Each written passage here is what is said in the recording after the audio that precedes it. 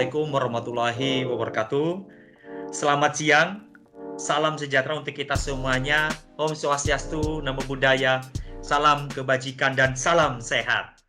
Yang terhormat Bapak Setiadi Surya, Direktur Eksekutif Aprindo, sekaligus Ketua Panitia Hari Retail Nasional tahun 2021 yang akan memberikan welcoming speech di webinar siang hari ini. Dan yang terhormat juga, ada dua pembicara kita yang luar biasa. Kita menyapa Bapak Rizky Mulyantara, trainer Go Nusantara Gojek. Kami sapa dulu mungkin dengan semangat pagi. Selamat siang Pak Rizky. Halo, selamat siang Mas. Halo, selamat siang Pak Rizky. Sehat? Sehat Pak Rizky? Sehat. Gimana semua sehat? Alhamdulillah, selalu sehat dan tetap semangat sehat Mas. Ya. Dan selanjutnya kita akan menyapa Bapak Dani Nahason, Asisten Marketing Manager PT Datascript Canon Indonesia. Kalau tidak kalah saing juga ini masih muda, kita sapa juga Pak Dani. Selamat siang Pak Dani. Ya, selamat siang Pak Memo. Iya, selamat siang, sehat Pak Dani? Sehat selalu dong. Alhamdulillah. Dan tidak kalah juga kita sapa di layar kita yang akan memberikan welcoming speech kita. Selamat siang Pak Setiadi. Selamat siang semua rekan-rekan UKM, Pak Memo, Pak Dani, dan Pak Rizky. Selamat siang dan selamat bergabung. Terima kasih atas partisipasinya. Baik, terima kasih. Dan tidak lupa kami juga menyapa dengan hormat Bapak Ibu para hadirin yang tidak bisa kami sebutkan satu persatu. Sesuai dengan rundown kita, memang webinar kita akan start di jam 13.30. Bila ada peserta lain saat ini, datanya memang yang masuk ke kita ada ratusan register, tapi ternyata mungkin masih dalam join karena ini baru selesai Jumatan, atau mungkin dalam selesai masih istirahat, makan siang, dan sebagainya.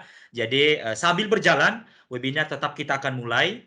Jadi kita disiplin dengan webinar yang sudah kita tetapkan dalam waktu yang sudah kita tetapkan. Jadi Bapak Ibu yang sudah join, tetap kita akan langsungkan webinar pada siang hari ini. Dan selanjutnya kami ingin menyapa semuanya, selamat datang dan selamat bergabung dalam webinar series kelima hari ini. Ya, ini series kelima Bapak Ibu, yang mana webinar ini sebenarnya adalah rangkaian dalam rangka perayaan Hari Retail Nasional kedua tahun 2021 ini. Perlu kami sampaikan bahwa tema Hari Retail Nasional tahun 2021 ini mengangkat tema tentang retail tangguh, UMKM maju, Indonesia bangkit. Dan hari ini adalah webinar sesi kedua ya. Kemarin kita sudah melakukan seri pertama di mana kemarin itu membahas tentang digital marketing, dan hari ini adalah series keduanya, jadi lanjutan dari webinar series pertama kemarin yang dilakukan pada hari Kamis, di mana temanya masih tetap berkaitan dengan UMKM Indonesia Go Digital, tetapi pembahasannya berkaitan dengan copywriting dan produk fotografi. Jadi ini keren, adalah materi yang sangat menarik dan tentu sangat penting terhadap Bapak Ibu para pelaku UMKM yang hadir saat ini. Sedikit kami menjelaskan kenapa sih materi ini penting dan kita angkat sebagai bagian daripada judul webinar pada series Hari Retail Nasional tahun 2021. Kita sedikit menjelaskan latar belakang bahwa memang kesuksesan digital marketing itu sangat ditentukan oleh berbagai faktor. Salah satunya adalah copywriting terhadap penjelasan produk yang tentunya mudah dimengerti dan menarik, dan tidak kalah penting Bapak Ibu, sering kita lihat adalah kualitas fotografinya. Nah, sering ini digunakan sebagai promosi bisnis yang benar-benar harus menarik dan menciptakan sesuatu hal yang memberikan daya tarik kepada pembeli. Konten yang berkualitas, copywriting yang mudah dimengerti dan menarik, serta kualitas fotografi yang konsisten, tentu ini menjadi daya tarik kepada siapapun konsumen usaha Bapak Ibu. Oleh karena itu, Aprindo, Asosiasi Pengusaha Retail Indonesia bersama dengan Gojek dan Canon Indonesia menggelar webinar yang bertajuk UMKM Indonesia Go Digital. Jadi ini adalah series kedua dan kami berharap Bapak Ibu yang hadir di sini dan juga teman-teman yang lagi on the way masuk dalam webinar mendapatkan sesuatu hal yang bermanfaat bagi kemajuan UMKM-nya. Dan selanjutnya Bapak Ibu, kami ingin juga menyampaikan bahwa Aprindo dan Microsoft telah bekerja sama untuk membuat buku retail yang mana ini bisa diakses di microsite yang tentunya sangat bermanfaat kepada Bapak Ibu yang hadir saat ini. Saya ingin mengajak semuanya, mungkin nanti tim juga admin akan mengirimkan di kolom chat, di mana di sana tersedia halamannya, yaitu www.retailmodernindonesia.com. Jadi silakan Bapak Ibu kunjungi supaya Bapak Ibu melihat bahwa ada di sana panduan buku retail yang mana ini adalah kerjasama antara Aprindo dan bersama dengan Microsoft Indonesia. Nah, sedikit sebelum kita mulai webinar, ada beberapa informasi yang perlu kami sampaikan. Yang pertama, ketika webinar sudah mulai dan saat ini sudah mulai, Microsoft Teams Bapak Ibu kita akan off-kan supaya tidak menimbulkan suara yang mengganggu. Dan yang kedua, ketika nanti sudah masuk sesi diskusi, silakan Bapak Ibu menyampaikan pertanyaannya lebih awal kepada para speaker kita. Jadi, kepada speaker pertama berkaitan dengan copywriting dan speaker kedua yang membahas tentang produk fotografi, silakan bisa disampaikan dalam bentuk kolom chat terlebih dahulu. Jadi nanti ketika sesi diskusi, maka pertanyaannya akan kita bahas satu persatu dengan catatan berdasarkan urutan. Ya, jadi kalau misalnya Bapak Ibu mau pertanyaannya dibahas lebih awal, maka segera lebih awal juga menuliskan pertanyaannya dalam kolom chat. Itu adalah beberapa informasi yang perlu kami sampaikan dan tentunya tibalah kita pada pembukaan acara, maka kita masuk ke acara selanjutnya yaitu welcoming speech oleh Bapak Setiadi Surya, Direktur Eksekutif Aprindo dan Ketua Panitia Hari Retail Nasional tahun 2021. Dengan hormat, waktu dan tempat kami berikan kepada Pak Setiadi Surya. Silakan, Pak. Baik, terima kasih.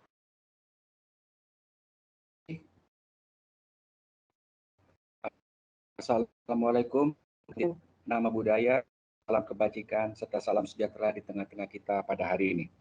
Pertama-tama, saya atas nama Panitia Hari Retail Nasional mengucapkan terima kasih atas partisipasinya kepada Bapak Dhani Nahson dari Datascript Canon Indonesia, dan kemudian juga kepada Bapak Rizky Mulyantara dari Go Nusantara Gojek, dan yang ketiga tentunya kepada Orbitin, yaitu Bapak Aswa dari Bapak pimpinan dari Bapak Jibigani, serta kepada moderator kita Bapak Memorianus Amazihono yang begitu semangat dan luar biasa, yang terus bersemangat melakukan webinar series demi untuk kemajuan UMKM di tanah air yang kita cintai ini. Dan salam kepada UMKM dalam webinar series UMKM Indonesia Go Digital di acara Hari Retail Nasional 2021 pada hari ini. Salam UMKM Indonesia Go Digital. Rekan-rekan UKM yang saya hormati dan kami kasihi, saya flashback kembali kepada pandemi Corona ya beberapa waktu lalu yang telah melemahkan seluruh sendi kehidupan dan sendi-sendi usaha. Sehingga hampir seluruh usaha mengalami kemerosotan akibat dengan adanya pandemi, yaitu adanya pembatasan dan pelarangan usaha pada waktu itu. Yang dahulu bisa bersilaturahmi, kini tidak bisa lagi dilakukan. Yang dahulu usaha khususnya maju tidak lagi dapat bertatapan muka secara langsung dengan konsumen atau dengan customer atau dengan pembeli. Akibat dari pelarangan dan pembatasan ini yang kita alami pada waktu lalu, akses pertemuan secara fisik antara pembeli dan penjual tidak lagi dapat kita lakukan. Sehingga ini berakibat terjadinya ada satu gap atau jarak antara penjual dan pembeli. Dengan adanya jarak ini, maka penjual atau pengusaha atau UMKM akan semakin lama semakin jauh mengenal customer-nya atau konsumennya. Itu dalam hal yang pertama, apa yang menjadi kebutuhan dan keinginan daripada konsumen atau dari customer itu sendiri. Yang kedua, kita kehilangan mengenal selera masyarakat. Karena masyarakat itu selalu berubah dari waktu ke waktu. Yang ketiga, adanya kesulitan masyarakat dalam memenuhi kebutuhan-kebutuhannya. Nah, kita tidak mengetahui kembali dalam masa new normal ini apa yang menjadi kesulitan masyarakat dalam memenuhi kebutuhan-kebutuhannya. Apakah itu berupa packaging, ataukah itu berupa pengiriman, atau distribusi, atau dan lain semuanya. Yang semua ini terjadi karena faktor komunikasi. Sebetulnya adalah faktor komunikasi. Dengan adanya gap, ada terjadi faktor komunikasi antara pengusaha penjual yang terbatas. Bahkan yang akan lebih parah lagi, ya ini sebagai multi daripada problem yang akan ini, lebih parah lagi akibat adanya pembatasan, akibat daripada adanya pengurangan atau komunikasi antara pembeli dan penjual ini, atau ini. Maka yang pertama itu produk tentunya akan mengalami penurunan kualitas. Kenapa produk mengalami penurunan kualitas? Karena produk itu tidak dapat terjual dan perputaran produk itu semakin lama semakin lambat apabila ini memang terjadi gap antara komunikasi antara pembeli penjual. Sehingga produk pada saatnya juga akan mengalami penurunan kualitas. Yang ketiga, financial juga akan mengalami masalah, dalam banyak masalah yang akan kita hadapi karena sulitnya mendapatkan penjualan-penjualan melalui pertemuan-pertemuan dengan customer yang pada waktu itu. Dan yang keempat, yang terakhir, tentunya yang kita tidak harapkan sekali adanya terjadinya penutupan usaha oleh karena masa perubahan daripada masyarakat sendiri, oleh karena pembeli dan paling penjual tidak saling mengenal. Hal ini tentunya tidak boleh terjadi. Komunikasi dengan pembeli harus terus dijaga dan terjadi setiap saat. Sektor usaha harus melakukan terobosan, harus melakukan terobosan khusus sektor usaha retail. Salah satu terobosan itu yang ampuh adalah memasuki dunia digitalisasi.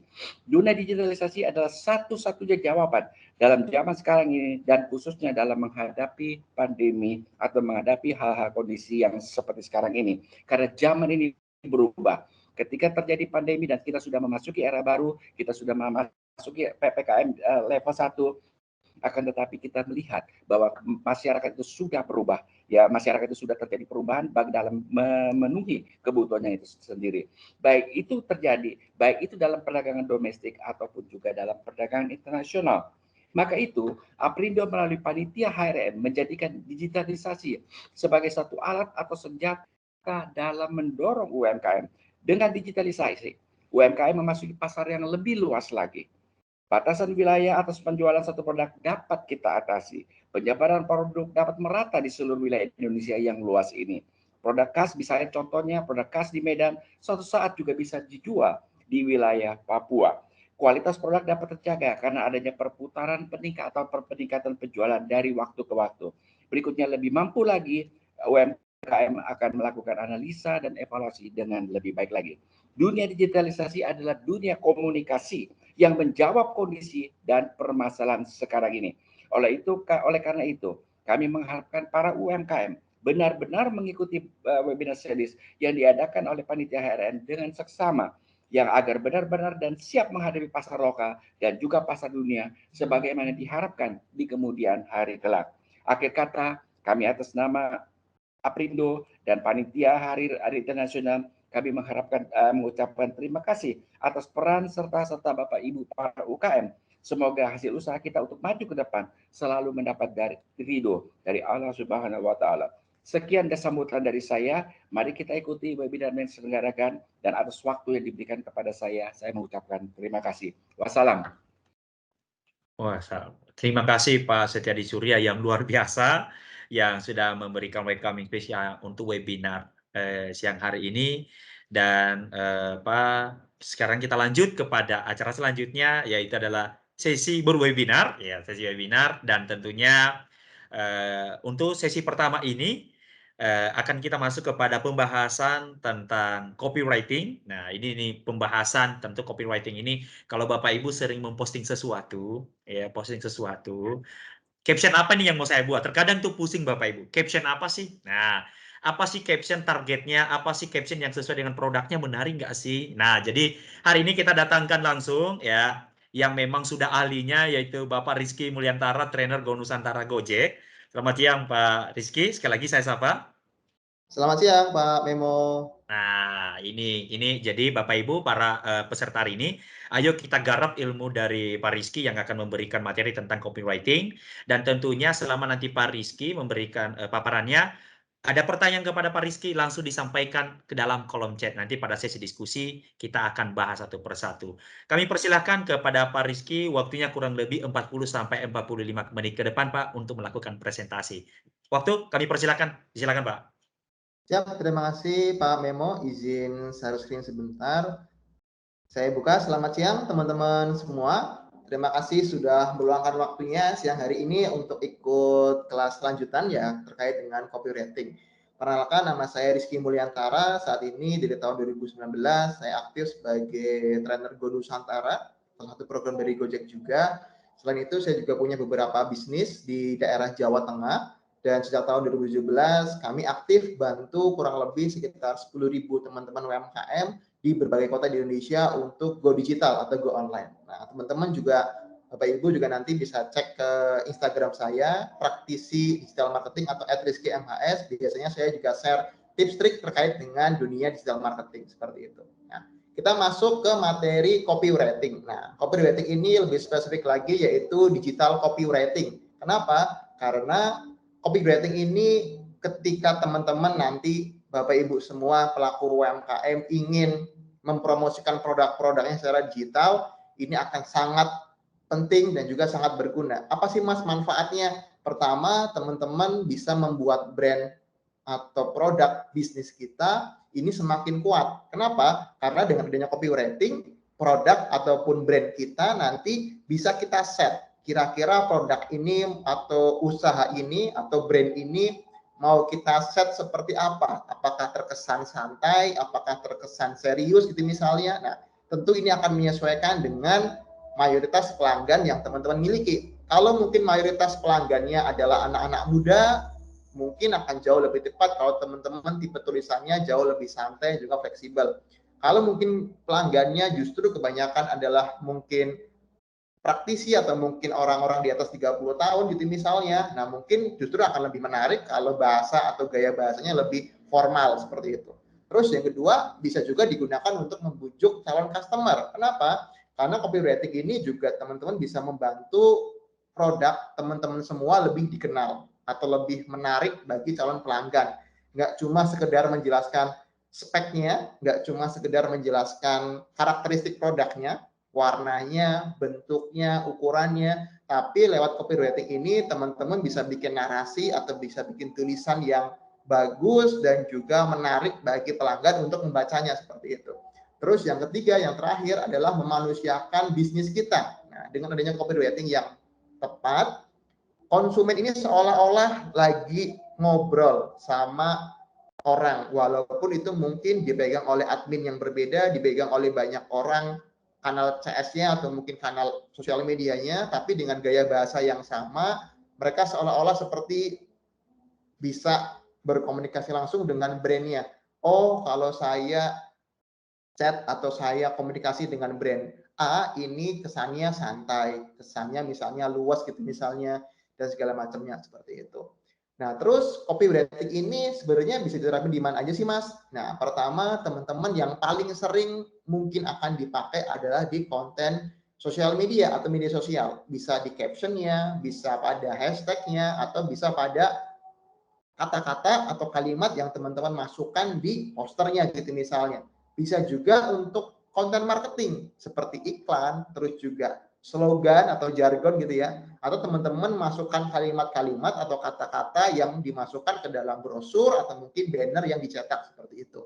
Terus bisa juga teman-teman gunakan untuk mendeskripsikan produk. Misalnya teman-teman listing produk di GoFood atau mungkin di Tokopedia gitu misalnya. Nah, produk-produk yang dilistingkan ini jauh lebih menarik ketika ditulis dengan kalimat yang bagus dan juga lebih enak dibaca oleh calon pelanggan seperti itu. Bahkan teman-teman juga nanti bisa juga bikin auto text gitu ya. Teman-teman nanti kita ajarin juga bikin auto text di keyboard Sally. Jadi kalau sebelumnya mungkin kita punya beberapa format atau template pesan gitu ya yang kita simpan di catatan atau mungkin kita simpan di notes gitu ya di handphonenya atau di laptopnya. Sekarang pakai keyboard Sally ini teman-teman bisa bikin berbagai macam auto text yang bisa lebih mudah dipanggil di segala aplikasi. Nggak perlu bolak-balik buka tutup aplikasi untuk bikin auto text-nya seperti itu.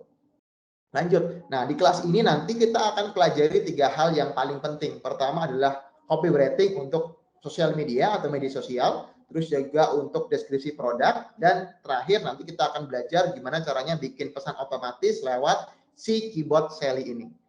Nah, kita masuk ke yang step pertama. Sebelum kita masuk ke gaya penulisan, pertama kita harus kenali dulu dengan calon pelanggan atau calon pembeli teman-teman semua. Kenapa? Karena ketika kita mau menawarkan suatu produk, kita harus tahu dulu, ibarat PDKT kan teman-teman harus tahu dulu kira-kira mereka sukanya yang kayak gimana. Apakah lebih suka yang lebih manis atau lebih suka yang lebih tawar gitu misalnya. Nah, karena kita harus mendekati dulu kira-kira segmen market yang mau kita sasar nanti seperti apa seleranya agar kita nggak salah set gitu misalnya.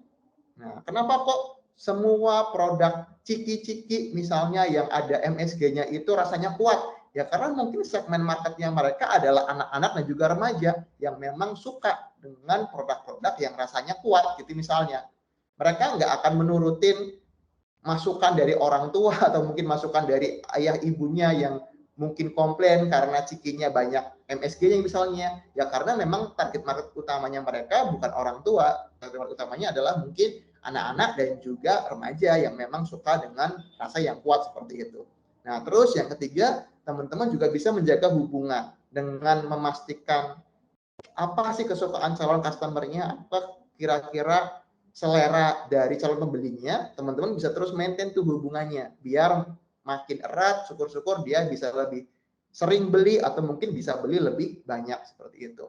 Nah, cara ngepoinnya gimana sih Mas calon pembeli kita? Nah, cara ngepoinnya simpel banget teman-teman semua.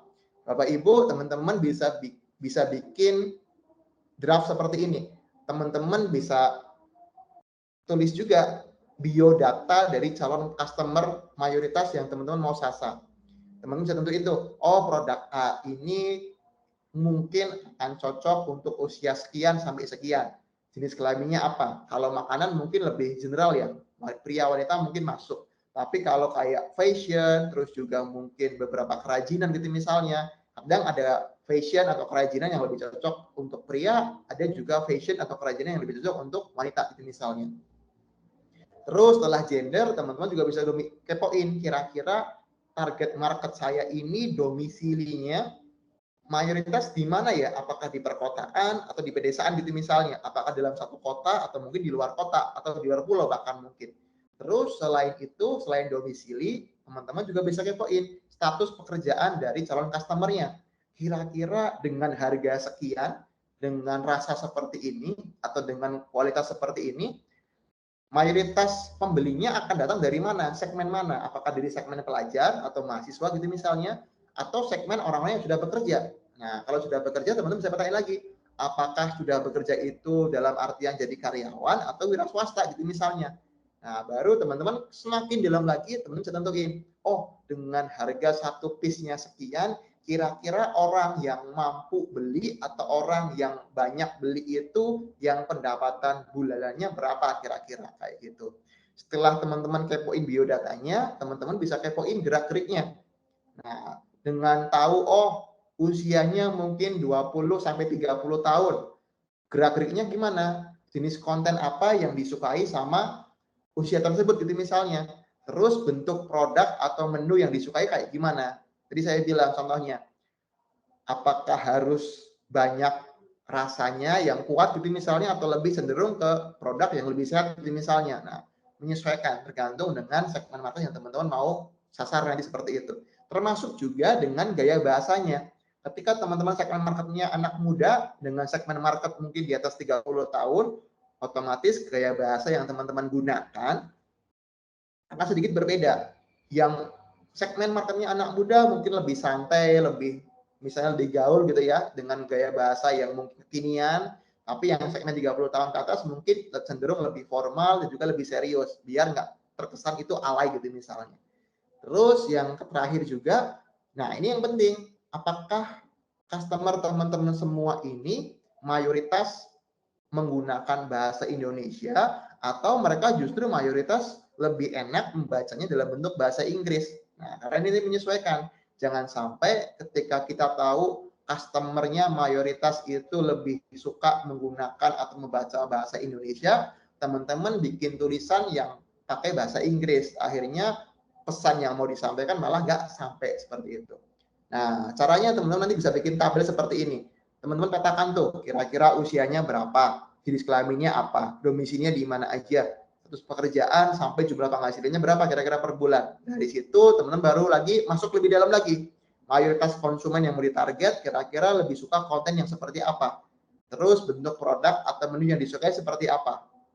Dan terakhir gaya bahasa yang mereka gunakan di sosial media seperti apa. Teman-teman nanti bisa petakan. Di sini nanti teman-teman akan tahu, oh produk yang saya jual ini segmen market utamanya memang untuk usia sekian dengan tipe seperti ini. Nah, dari situ teman-teman udah dapat satu bekal untuk mengenal lebih dalam calon customer-nya. Nah, terus yang kedua, gimana Mas cara selanjutnya? teman-teman juga bisa pakai langkah selanjutnya, yaitu dengan kepoin saingan teman-teman semua, Bapak Ibu semua. Nah, teman-teman bisa cari tuh akun-akun yang mungkin jualannya mirip atau bahkan mungkin sama dengan produk yang teman-teman jual. Nah, teman-teman kepoin, dia itu gaya bahasanya seperti apa. Mayoritas yang suka, yang like, atau mungkin komen di postingannya dia itu mayoritas orang-orang usia berapa misalnya, atau orang-orang seperti apa. Nah, teman-teman bisa kepoin tuh, oh ternyata kalau saya jualan batik misalnya, bagusnya bikin gaya bahasa seperti ini. Usianya kebanyakan yang nyantol, yang banyak berinteraksi itu usia sekian sampai sekian gitu misalnya. Nah, teman-teman bisa kepoin dari kompetitor yang teman-teman rasa, oh ini ada akun yang lebih banyak followersnya atau akun yang lebih sering bikin kontennya, teman-teman bisa kepoin tuh gimana cara dia bikin kontennya, termasuk gimana cara dia gaya menulisnya seperti itu.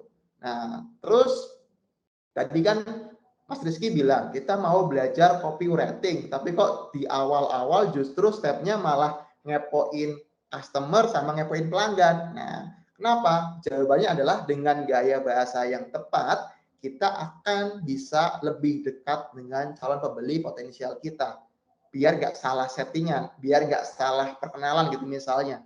Kenapa? Ya tadi itu, kita harus tahu segmen market utama yang kita mau sasar siapa, dan gaya bahasa yang cocok untuk mereka seperti apa. Endingnya nanti kita akan belajar gimana cara menulisnya agar terkesan lebih beda dan masuk ke macam-macam gaya bahasa yang kita bisa gunakan atau tone of voice. Apa aja sih Mas macam-macamnya? Contohnya teman-teman bisa gunakan gaya bahasa yang formal, di mana kelebihan gaya bahasa ini teman-teman bisa menimbulkan kesan yang lebih profesional atau lebih dewasa seperti itu. Di mana kekurangannya adalah cenderung punya batasan dan juga terkesan kaku gitu ya, kurang supel gitu misalnya. Nah, teman-teman juga bisa gunakan gaya bahasa kasual, di mana gaya bahasa kasual ini punya kelebihan lebih personal, terkesan lebih akrab, terkesan lebih ramah. Cuma kekurangannya kadang sering dianggap produk-produknya itu atau mungkin gaya bahasanya kurang serius, kebanyakan humor misalnya kayak gitu. Yang ketiga adalah gaya bahasa yang jenaka. Nah, ini yang sering digunakan oleh teman-teman yang menyasar segmen market anak-anak muda, di mana gaya bahasa versi jenaka ini lebih dalam lagi dari gaya bahasa kasual tadi itu.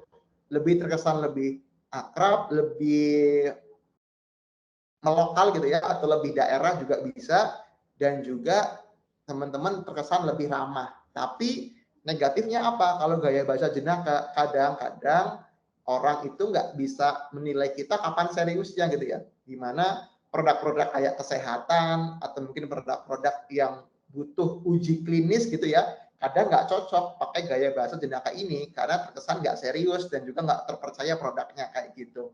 Terus terakhir juga bisa gunain gaya bahasa yang serius, di mana kelebihannya gaya bahasa ini bisa memberikan rasa percaya yang lebih tinggi dan juga kredibilitas. Cuma kadang cenderungnya kaku dan juga terkesan ngegas gitu ya.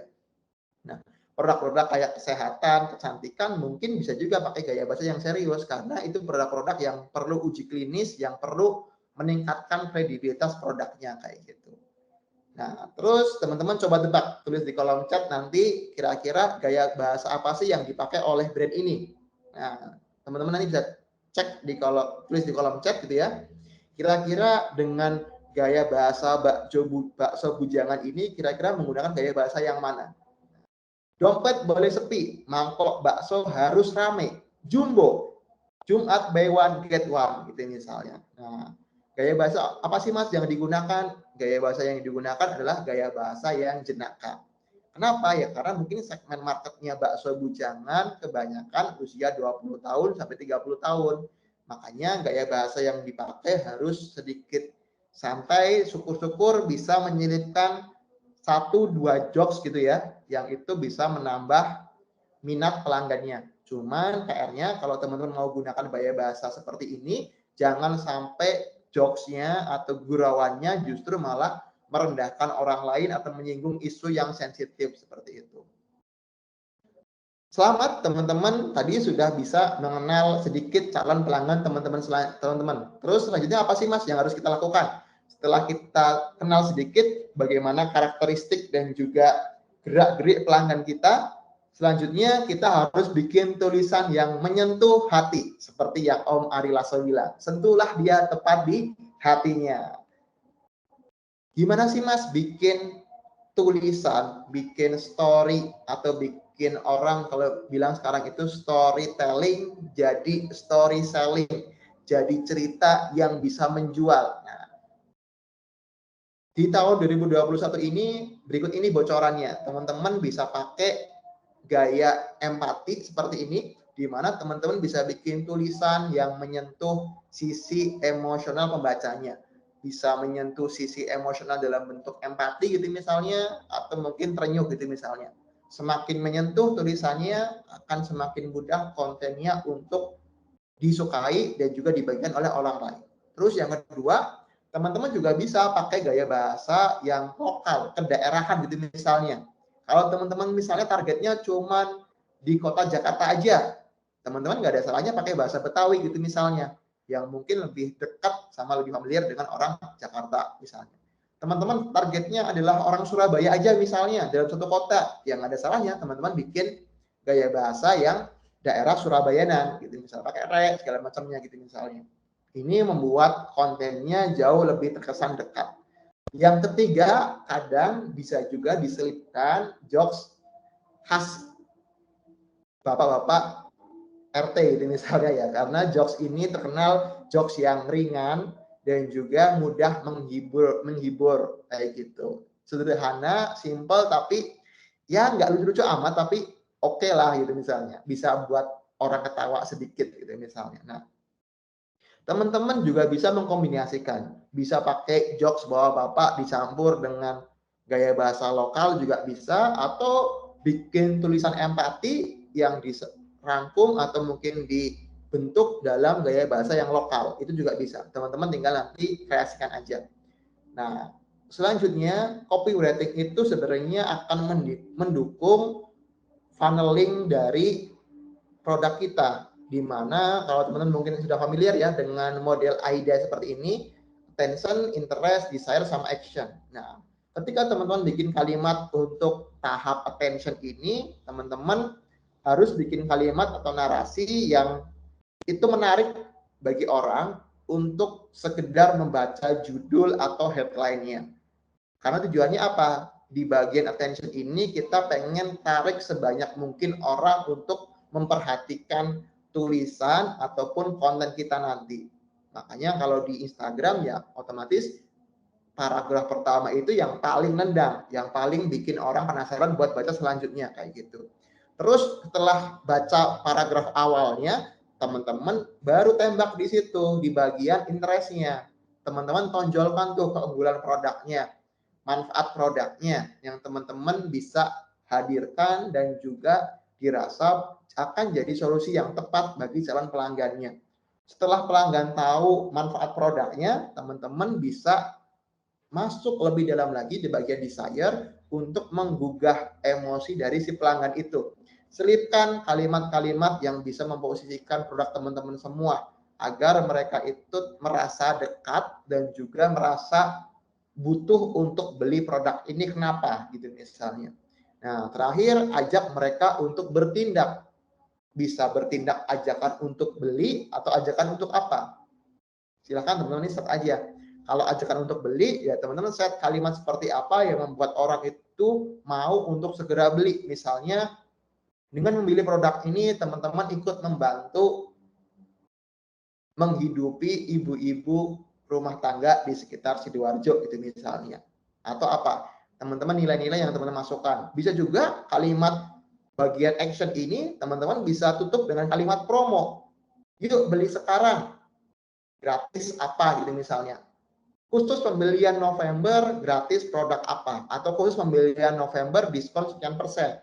Khusus 10 stok terakhir, itu misalnya kalian sering ya teman dapat ini stok terakhir, 10 terakhir atau 10 pertama akan dapat A gitu misalnya. Nah, tinggal teman-teman tutup dengan kalimat tadi itu yang memancing orang untuk segera bertindak untuk produk teman-teman semua. Nah, trik pertama yang teman-teman bisa gunakan adalah teman-teman bisa menggunakan majas. Agar apa? Agar teman-teman kalimatnya jauh lebih menarik. Apa aja sih Mas bentuk majas yang kita bisa gunakan? Pertama, teman-teman bisa pakai majas personifikasi. Ini adalah trik menulis yang menjadikan benda mati seperti layaknya makhluk hidup. Contohnya gimana, Mas? Buat dompetmu tersenyum karena makan ayam bisa sana, murahnya enggak umum gitu misalnya. Dompet kok bisa tersenyum gitu misalnya. Nikahan pakai meja perang, bisa bikin hati dia senang. Betul, hati kan nggak tahu senang kayak gimana gitu misalnya. Lanjut, bisa juga teman-teman bisa pakai majas metafora. Nah, majas ini beda sama majas sebelumnya. Kalau majas metafora menyampaikan sebuah cerita dengan menempatkan topik atau subjek dalam bentuk ungkapan atau analogi yang setara. Contohnya gimana, Mas? Contohnya tips bikin wajahmu semulus Jennie Blackpink atau semulus siapa misalnya? Nagita Slavina atau siapa? Nah, teman-teman bisa tuh bikin kalimat seperti itu. Indomie Abang Ade pedas banget. Inilah samyang lokal yang dicari-cari. Terkesan seperti samyang lokal gitu misalnya. Nah, teman-teman bisa tuh bandingkan. Kira-kira kalau beli produk ini seperti apa efeknya? Seperti apa manfaatnya? Nah, bisa pakai majas metafora seperti ini. Yang ketiga, teman-teman juga bisa pakai majas hiperbola. Nah, ini mengungkapkan sesuatu dengan kesan berlebihan atau hampir tidak masuk akal. Contohnya gimana, Mas? Es coklat Bang Denny, siap bakar semangatmu hari ini. Membakar semangat misalnya. Laptop apa siap temani dirimu mengejar mimpi gitu misalnya. Pakai skincare dari XXX, rasakan sensasi menjadi putri raja setiap hari gitu misalnya. Nah, ini juga teman-teman bisa pakai untuk judul, headline, atau mungkin di tengah-tengah diselipkan dengan kalimat hiperbol seperti ini. Bisa juga teman-teman pakai majas alegori. Ini adalah trik menyandingkan subjek atau objek dengan kata kiasan yang sifatnya retorika. Misalnya, memasak itu seperti mencintai seseorang, harus dilakukan sepenuh hati, gitu misalnya. Atau pedasnya geprek bentu, ngalahin omongan tetangga, gitu misalnya. Sambil diselipin jokes juga bisa di majas alegori ini. Yang terakhir adalah majas paradoks. Majas ini adalah membandingkan kenyataan atau fakta dengan situasi yang berkebalikan. Cirinya ada dua konteks berbeda yang mengarah pada suatu kebenaran. Contohnya gimana? Makan ayam goreng kalasan, harga kaki 5, tapi rasa bintang 5. Harganya murah, tapi rasanya wah gitu misalnya. Tenangkan jiwamu dengan parfum gitu misalnya. Di tengah kota Jakarta yang terburu-buru gitu misalnya. Nah, teman-teman bisa tuh bandingin satu dengan yang lain yang itu terkesan bertolak belakang seperti itu tadi. Harga murah, rasa wah gitu misalnya. Nah, teman-teman nanti bisa cobain bikin kalimat untuk menjual atau mempromosikan produk teman-teman semua menggunakan beberapa tipe majas yang tadi sudah kita pelajarin. Nah, di situ teman-teman ketemu. Saya cocoknya pakai majas yang ini kayaknya. Nah, kita kali lebih dalam lagi. Kalimat promosinya biar lebih menarik. Nggak cuma promo terus gitu misalnya, atau nggak cuma diskon terus misalnya kayak gitu. Terus yang trik kedua adalah menggunakan kata berima. Nah, kata berima ini juga sering digunakan untuk judul atau headline dari deskripsi produk kita. Contohnya gimana, Mas? Teman-teman caranya paling gampang, pertama tentukan dulu kata penutup dari pesan yang ingin kita sampaikan. Misalnya saya mau bikin akhiran kalimatnya semangat. Terus kedua, baru buat kalimat sederhana dari kata penutup itu. Nah, baru tuh susun kalimat sederhananya. Mie ayam Bu Eli bikin harimu tambah semangat. Nah, ketemu kan produknya masuk, mie ayamnya. Apa nih yang bikin semangat? Ya, bikin harimu tambah semangat gitu misalnya. Terus baru terakhir ditutup dengan kalimat akhiran atau bunyi yang sama dengan kalimat penutupnya. Mie ayam Bu Eli sungguh lezat, bikin harimu tambah semangat. Jadi itu ya. Rasa wah, harga murah, rasa wah gitu misalnya, atau harga murah, rasa mewah gitu misalnya, sama-sama akhirannya. Nah, teman-teman bisa bikin selipkan produknya, selipkan kalimat pembuka dan juga kalimat penutupnya, kayak gini contohnya. Kalau teman-teman kebingungan, teman-teman bisa juga cari beberapa referensinya, misalnya di rimakata.com, KBBI, Kateklo, dan kawan-kawannya yang lain. Nah, PR-nya gimana? Teman-teman coba bikin satu kalimat berima yang teman-teman gunakan untuk headline atau judul produknya teman-teman semua. Nanti kita cek apakah tersebut kalimatnya sudah oke atau belum, atau banyak yang suka atau enggak gitu misalnya. Terus setelah kita buat headline-nya atau judulnya, PR selanjutnya adalah membuat caption. ini yang kita akan gunakan. Selain dari foto atau video nanti yang kita buat, caption ini juga akan berpengaruh, nggak cuma judulnya aja, tapi juga isi di bawahnya, biar meningkatkan interaksi atau engagement brand kita dengan konsumennya. Nah, pertama, teman-teman tadi jelas, teman-teman harus bikin kalimat headline atau judul yang menarik, yang to the point. Gimana sih Mas cara bikinnya? Nah, teman-teman bisa buka dengan kalimat tadi pakai majas atau kalimat berima juga bisa. Bisa juga teman-teman pakai beberapa tipe seperti ini. Bisa pakai misalnya pertanyaan yang menarik. Sejauh apa perjalanan sampah plastik yang kita buang? Tanda tanya gitu misalnya. Atau gimana cara agar bisa kayak Elon Musk? Tanda tanya. Itu dijadiin judulnya. Atau kalau teman-teman nggak mau pakai model pertanyaan, teman-teman juga bisa pakai model statistik. Kayak gini contohnya. Hanya 4 dari 10 ikan yang dijual di pasar itu segar. Apa nih statistik yang kira-kira mencengangkan dan juga menarik buat orang untuk terus mengulik gitu misalnya. Teman-teman juga bisa bikin kalimat headline atau judul yang memicu simpati. Mari berkenalan dengan Ira, seorang penjahit yang juga single parent. Mari berkenalan dengan Ibu Budi, seorang pengrajin kesenian yang merupakan mantan TKW gitu misalnya. Nah, dengan teman-teman cari kalimat pemicu yang itu bisa menarik emosi orang atau menarik simpati orang. Bisa juga pakai kalimat atau pernyataan yang memikat. Bayangkan jika Jakarta tanpa polusi gitu misalnya. Atau bisa bikin penawaran. Ya kalau teman-teman bikin promo atau bikin event tertentu, langsung tembak aja. Promo November, diskon sekian persen, diskon khusus hari guru misalnya, atau giveaway gitu misalnya. Nah, teman-teman bisa bikin kalimat judulnya pakai kalimat penawaran seperti ini. Terus yang kedua, jangan sampai kita halu dan juga mengajak debat konsumen kita. Kalau ada yang komen mungkin menegur atau mengkritik, kita harus respon dengan sopan. Jangan sampai kita malah terpancing untuk menggunakan kalimat yang mengandung sara atau mungkin ada kata-kata kasar yang keluar dituliskan di kanal sosial medianya. Terus yang ketiga, jangan memberikan informasi yang mubazir. Kalau teman-teman di posternya atau di gambarnya sudah ada harganya, ya udah nggak usah tulisin lagi di captionnya. Kalau sudah ada variannya di fotonya, ya nggak usah tulis lagi di captionnya. Mana yang kira-kira lebih penting? Kalau di foto belum ada harganya, tulis harga di caption. Nggak usah double-double, biar orang jadi lebih fokus cari tahu.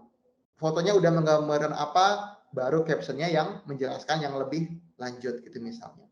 Terus teman-teman yang keempat bisa juga selipkan emoji. Nah, emoji ini kadang diperlukan untuk menambah tadi kesan dramatis atau kesan jenaka atau kesan apa yang kita mau tempelkan, dan juga kita bisa gunakan untuk menarik audiens atau mungkin followers di sosial media kita. Yang kelima, teman-teman bisa tutup dengan kalimat ajakan, call to action. Call to action ini teman-teman bisa tutup dengan kalimat yang mendorong followers atau audiens itu untuk bertindak. Bisa dengan like, comment, share, atau mungkin mengunjungi situs yang teman-teman sematkan di bio gitu misalnya. Kayak gitu. Ditutup terakhir setelah captionnya selesai, baru ditutup dengan hashtag. Nah, terbaru teman-teman kalau menggunakan Instagram, kemarin Instagram baru merilis infonya bahwa sekarang Instagram nggak terlalu suka dengan akun yang kebanyakan hashtag. Mereka hanya memperhitungkan 3-5 hashtag teratas. Makanya percuma kalau kita pakai hashtag sampai 20, sampai 10 gitu misalnya. Cukup 3-5 hashtag aja. Hashtag yang awal-awal teman-teman bisa tulis hashtag yang populer. Kayak kuliner khas Jakarta, sambal Indonesia, fashion terkini gitu misalnya, batik trendy gitu misalnya, atau batik terbaru gitu misalnya. Baru di akhir ditutup dengan hashtag brand atau merek kita. Jangan dibalik kayak gitu, biar orang lebih banyak yang nemu konten kita lewat hashtag yang populer tadi itu. Terakhir, setelah kita belajar caption, belajar bikin judul yang bagus, belajar menarik pelanggan untuk bertindak, setelah pelanggan masuk ke chat kita, setelah pelanggan berinteraksi ke akun kita, misalnya di WhatsApp atau mungkin di akun pesan yang lain, teman-teman kadang PR selanjutnya adalah gimana cara merespon mereka dengan cepat. Nah, teman-teman bisa pakai keyboard Sally ini. Ini mirip banget kayak keyboard biasa yang teman-teman gunakan, cuma fiturnya lebih lengkap. Ada fitur auto text untuk nyimpen template pesan, fitur laporan statistik transaksi, bahkan teman-teman bisa bikin invoice pesanan dari keyboard ini langsung dan juga order. Nggak cuma cek ongkir, tapi order jasa pengiriman langsung kayak Gosen atau Sicepat dan kawan-kawannya. Gimana sih Mas cara daftarnya? Tinggal teman-teman unduh aja di Play Store atau mungkin App Store, cari aja Sally, keyboard Sally seperti ini, teman-teman tinggal install, teman-teman yang daftarnya pakai email, verifikasi emailnya, kalau sudah terverifikasi, teman-teman tinggal login ke akun keyboard Sally-nya. Nah, setelah login seperti ini, teman-teman gunakan keyboard Sally sebagai default keyboardnya. Nah, kalau keyboard Android biasa kan kayak gini ya, misalnya cuma bentuk angka huruf seperti ini. Nah, kalau keyboard Sally bedanya dia ada dua, ada dashboard Sally-nya, aplikasi Sally-nya, dan juga kalau teman-teman jadikan keyboard Sally sebagai default keyboardnya, ini bisa teman-teman jadikan sebagai tambahan buat tadi auto text, bikin invoice, sampai cek ongkir ataupun order pengiriman. Nah, ini fitur-fiturnya. Teman-teman bisa bikin auto text untuk tambah template order, template varian menu, varian warna, segala macamnya. Teman-teman kalau mau cek ongkir juga nggak perlu tutup aplikasi, buka browser, cek ongkir dulu, copy, baru ke aplikasi lagi. Langsung bisa cek ongkir dari keyboardnya di aplikasi manapun yang teman-teman sedang buka. Kalau buka WhatsApp, bisa langsung dari WhatsApp-nya. Kalau buka sosial media, bisa langsung di sosial media yang lain. Kayak gitu. Terus teman-teman juga bisa bikin invoice. Gimana sih Mas cara membuat invoice di keyboard Sally ini? Nah, begitu ini caranya. Buat invoice. Copy format order yang sudah dikirim melalui aplikasi chat jualan kamu. Lalu, buat invoice, gunakan format order yang sudah otomatis terdeteksi sebagai invoice. Konfirmasi detail customer kamu, pastiin aplikasi chat yang dipilih sudah benar. Masukkan total harga barangnya, atau kamu juga bisa tambahin rincian produknya. Masukin detail ongkirnya. Kalau perlu, kamu juga bisa masukin catatan. Pilih metode pembayaran yang sudah didaftarkan melalui pengaturan ya. Terus, klik tombol buat invoice dan kirim sebagai chat ke customer kamu. Klik dashboard Sally, klik detail transaksi yang barusan dibuat, dan tada! Transaksi sudah ada, tinggal tunggu pembayarannya. Sally, sell easily. Ya, gampang banget teman-teman bisa bikin invoice langsung dari keyboardnya, nggak perlu bolak-balik buka aplikasi. Sekarang setelah invoice-nya jadi, gimana caranya teman-teman order Gosen langsung dari driver Gosen. keyboard Sally-nya. Masuk status transaksi, lalu klik transaksi yang sudah dibayar. Pilih beberapa nama pelanggan yang memilih pengiriman dengan Gosen. Kamu juga bisa memesan lebih dari satu driver Gosen untuk mengirim ke beberapa tempat sesuai kebutuhan kamu. Pilih request pickup paket, lalu lengkapi alamat tujuan pengiriman. Supaya lebih pasti, sesuaikan titik dengan alamat penerima ya. Untuk pengiriman kedua, isi detail dan titik tujuan persis seperti pengiriman pertama. Jika alamat penerima sudah benar, klik bayar ongkos pengiriman. Pilih metode pembayaran yang kamu inginkan, setelah itu tinggal tunggu driver untuk pick up deh. Oh ya, sambil menunggu, kamu bisa melacak driver. Dan kamu juga bisa mengirimkan status pengiriman kepada pelanggan, agar pelanggan kamu juga bisa cek status driver Gosen. Gampang dan lebih mudah kan? Sally, sell easily. Ya, nggak cuman bikin invoice, teman-teman juga bisa langsung request pick up driver Gosen-nya sekaligus. Nggak perlu bolak-balik tutup aplikasi, langsung check out langsung dari keyboard Sally-nya. Nah, teman-teman yang pengen tertarik untuk belajar lebih lanjut terkait dengan keyboard Sally dan pemanfaatannya untuk usaha, teman-teman bisa cek di FAQ aplikasinya atau teman-teman kunjungin YouTube di channel Sally Mobile App. Di situ sudah banyak sekali tutorial yang teman-teman bisa gunakan dan ini aplikasinya murni gratis. Teman-teman bisa pakai kapanpun tanpa harus bayar. contohnya gimana sih Mas penerapan copywriting ini pada keyboard Sally? Nah, teman-teman bisa tuh bikin salam pembuka. Kalau ada orang pertama kali ngechat, teman-teman bisa pasti salam pembuka. Tinggal bikin auto text-nya, simpan di keyboard Sally, panggil aja. Garis miring salam misalnya, kayak teman-teman gunain WhatsApp bisnis gitu ya. Kalau di WA bisnis kan sama tinggal panggil template-nya. Kalau di keyboard Sally ini semua bisa dipakai nggak cuma di WhatsApp bisnis, tapi misalnya teman-teman pakai di Instagram, teman-teman pakai balesin chat di Tokopedia dan kawan-kawannya, semua bisa teman-teman gunain. Tinggal bikin auto text-nya, teman-teman bikin format-formatnya. Kayak format promosi, format pengingat untuk transfer, atau bahkan format kalau info produk atau usaha teman-teman semua lagi tutup, itu juga bisa. Begitu sedikit sharing dari saya. Silahkan teman-teman yang ada pertanyaan nanti bisa tulis di kolom chat biar nanti dibacakan sama moderator. Terima kasih, saya kembalikan ke Pak Memo. Silakan. Wah, luar biasa paparan materi yang sudah disampaikan oleh Mas Rizky ya, luar biasa. Dan saya rasa beberapa tadi catatan sebenarnya menarik banget bahwa dengan copywriting brand semakin kuat dan membujuk calon customer, bukan malahan membuat customer jadi menghindar. Hati-hati Bapak Ibu, terkadang tadi ada catatan yang menarik bahwa terkadang caption storytelling yang kita buat, caption atau apapun itu, karena terlalu semangatnya bukan malahan mendekati para customer, malahan jadi menjauh. Jadi ini adalah tips-tips yang menurut saya menarik. Dan ada satu catatan penting, ternyata juga copywriting itu adalah memanusiakan bisnis kita. Nah, ini terkadang Bapak Ibu, hal sepele tapi ternyata itu sangat berdampak. Nah, kemudian untuk copywriting, ini penting untuk mengenali calon pembeli. Nah, calon pembeli, sering kita mengenal tak kenal maka tak sayang, saling tahu, hubungan jadi awet, dan sebagainya. Dan paling penting adalah ini dalam dunia marketing selalu bahasa umumnya, AIDA. Ya. Ini AIDA ini yang cukup menarik karena dengan storytelling kita bisa attention, interest, desire, dan paling penting adalah orang mau belanja akhirnya, yaitu action. Dan tadi luar biasa dari Pak Rizky yang memberikan materinya, dan tentu ini jauh lebih menarik lagi dari para Bapak Ibu jika ada pertanyaan, apa yang selama ini sih yang dihadapi ya, terkadang Bapak Ibu kapan sih, dari mana saya memulai? Misalnya saya ada produk A, dari mana saya harus memulai? Nah, silakan bertanya aja Bapak Ibu yang mungkin selama ini sudah menggunakan media sosial, sudah berusaha membuat captionnya, copywritingnya, atau memang mau konsul sendiri langsung, silahkan. Jadi Bapak Ibu nanti bisa sampaikan di kolom chat pertanyaan-pertanyaan kepada Pak Rizky.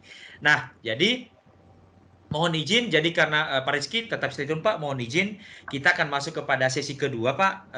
Jadi buat Bapak Ibu yang peserta, langsung saja kalau mau bertanya tetap masuk pertanyaan ke dalam kolom chat. Dan yang kedua, kita akan masuk kepada sesi yang kedua.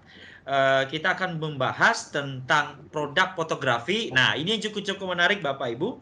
Terkadang kita udah membuat copywriting yang menarik. Platform sosial media kita sudah menarik. Kita sudah menggunakan semua platform sosial media. Tapi terkadang kita asal memfoto. Nah, ini penting juga karena bagaimana teknis memfotonya, kualitas fotonya, standarisasinya sebenarnya seperti apa, kita mengundang nih, nggak main-main, kita mengundang dari Canon Indonesia. Ya, jadi kita akan datangkan pembicara kita sudah ada di layar, Pak Dhani Nason. Selamat siang Pak Dhani.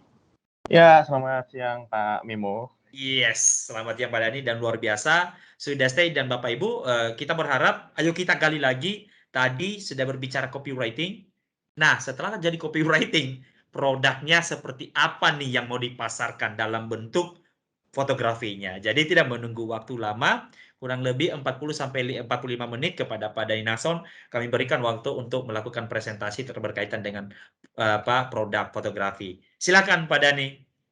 Oke, terima kasih banyak untuk waktunya Pak Memo.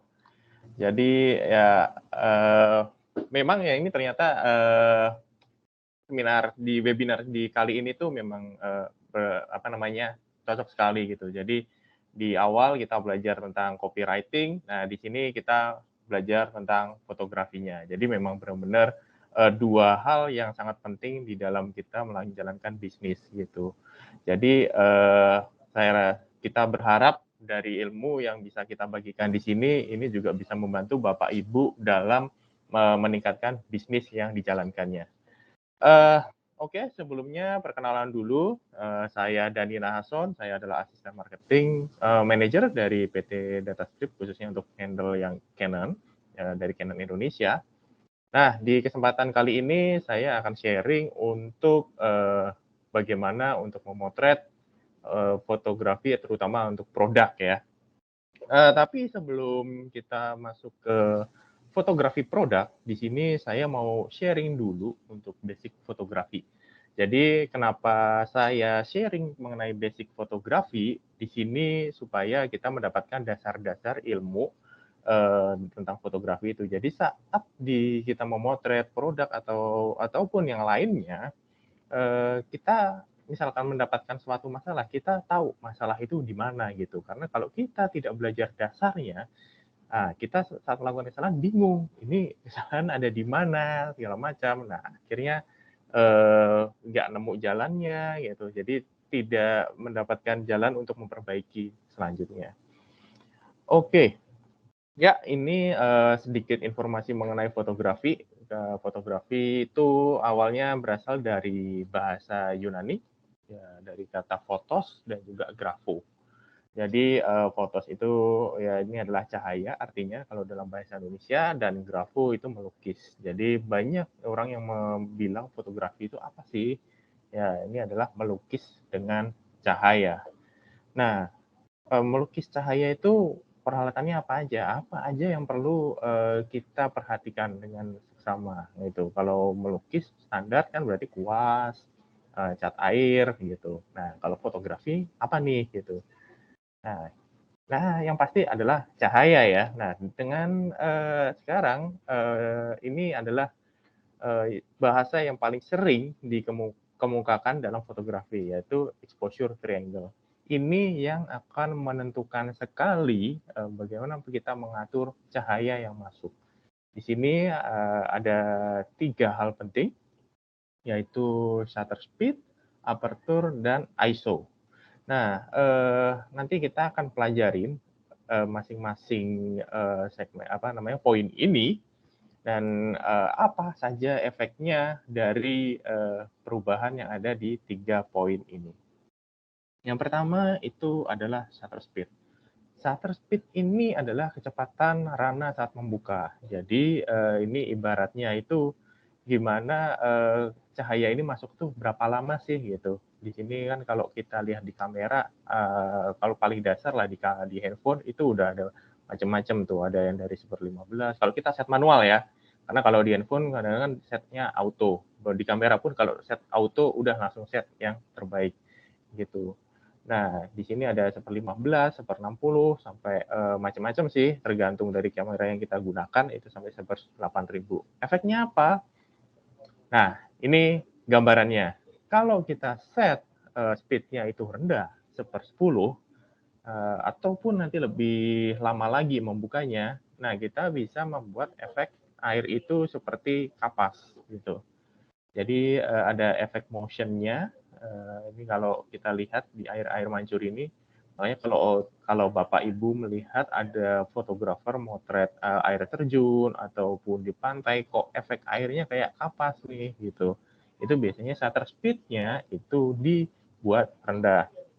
Nah, 1/60 ini biasanya normal. Nah, biasanya efek airnya masih ada efek kayak motion-nya, tapi lebih sedikit. Nanti semakin cepat, ini nanti semakin muncul butir-butir airnya gitu. Kalau kita lihat di sini ya, ini butir-butir airnya makin terlihat. Ya. Nah, sekarang aperture. Ini adalah diafragma yang ada di pada lensa ya, dan ini memberikan efek dalam membuat ketajaman suatu foto. Ini yang paling mudah. Nah, ini yang kalau yang kita lihat di gambar paling kiri itu Bapak Ibu bisa melihat adanya foto bokeh. Ya, bokeh itu biasanya belakangnya blur gitu.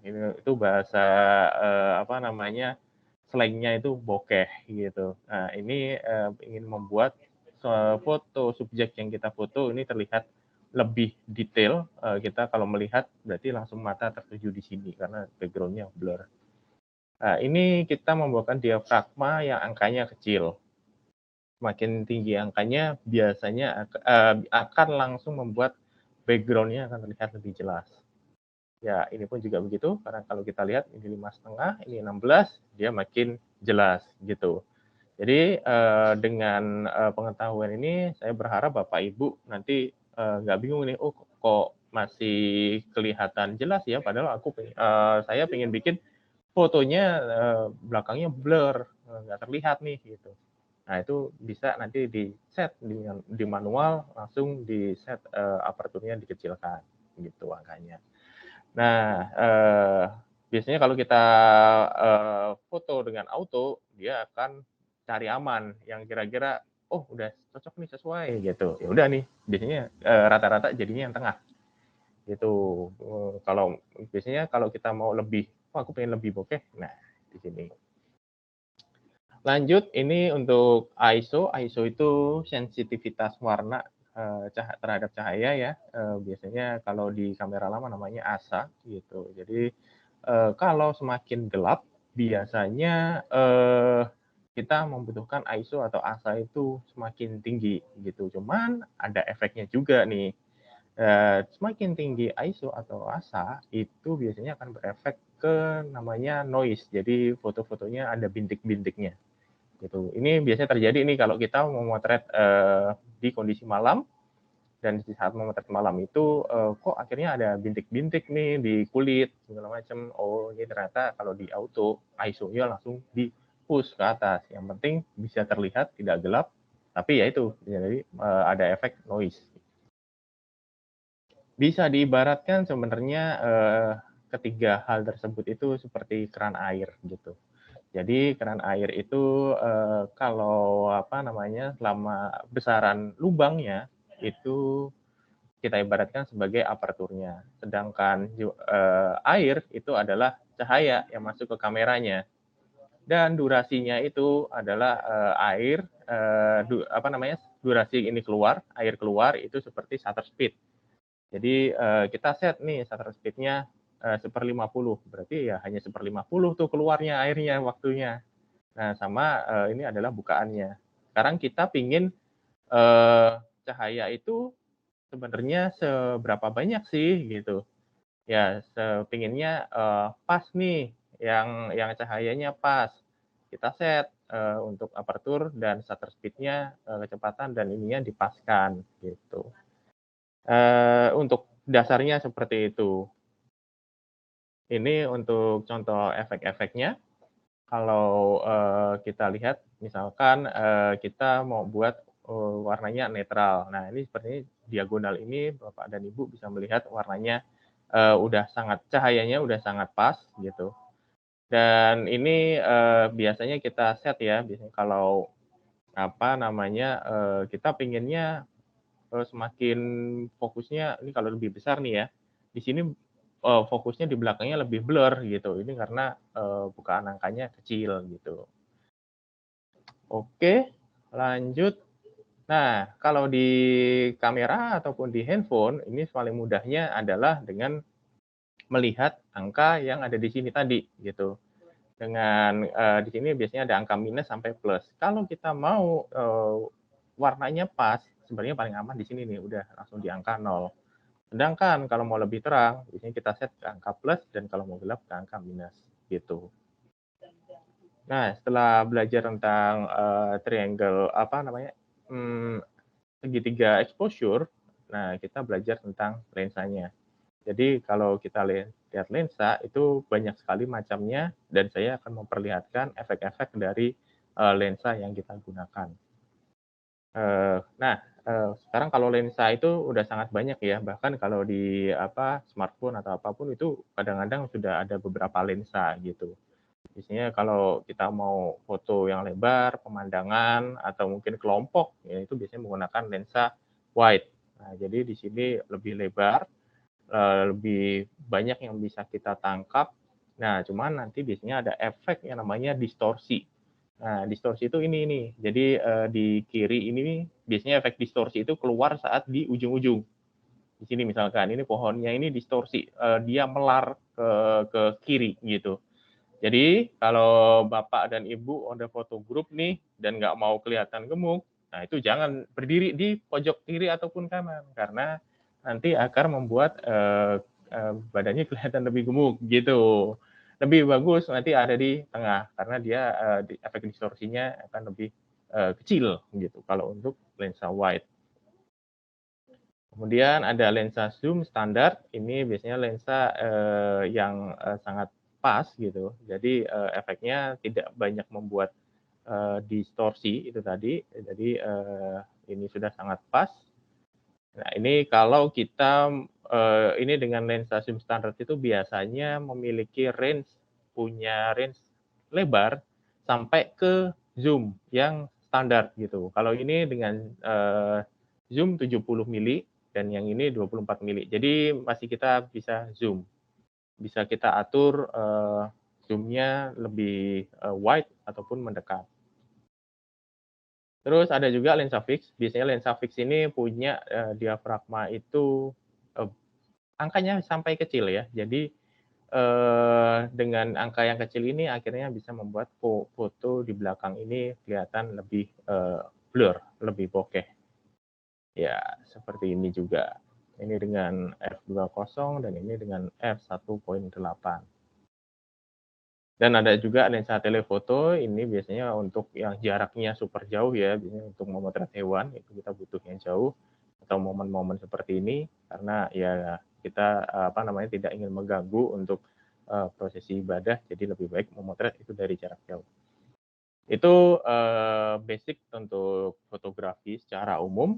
Jadi dengan pengetahuan tersebut diharapkan jika nanti kita menemukan masalah seperti kok fotonya tajamnya nggak sesuai ya dengan yang diharapkan, kurang blur nih bagian belakang, kita udah tahu di mana kita harus memperbaikinya gitu.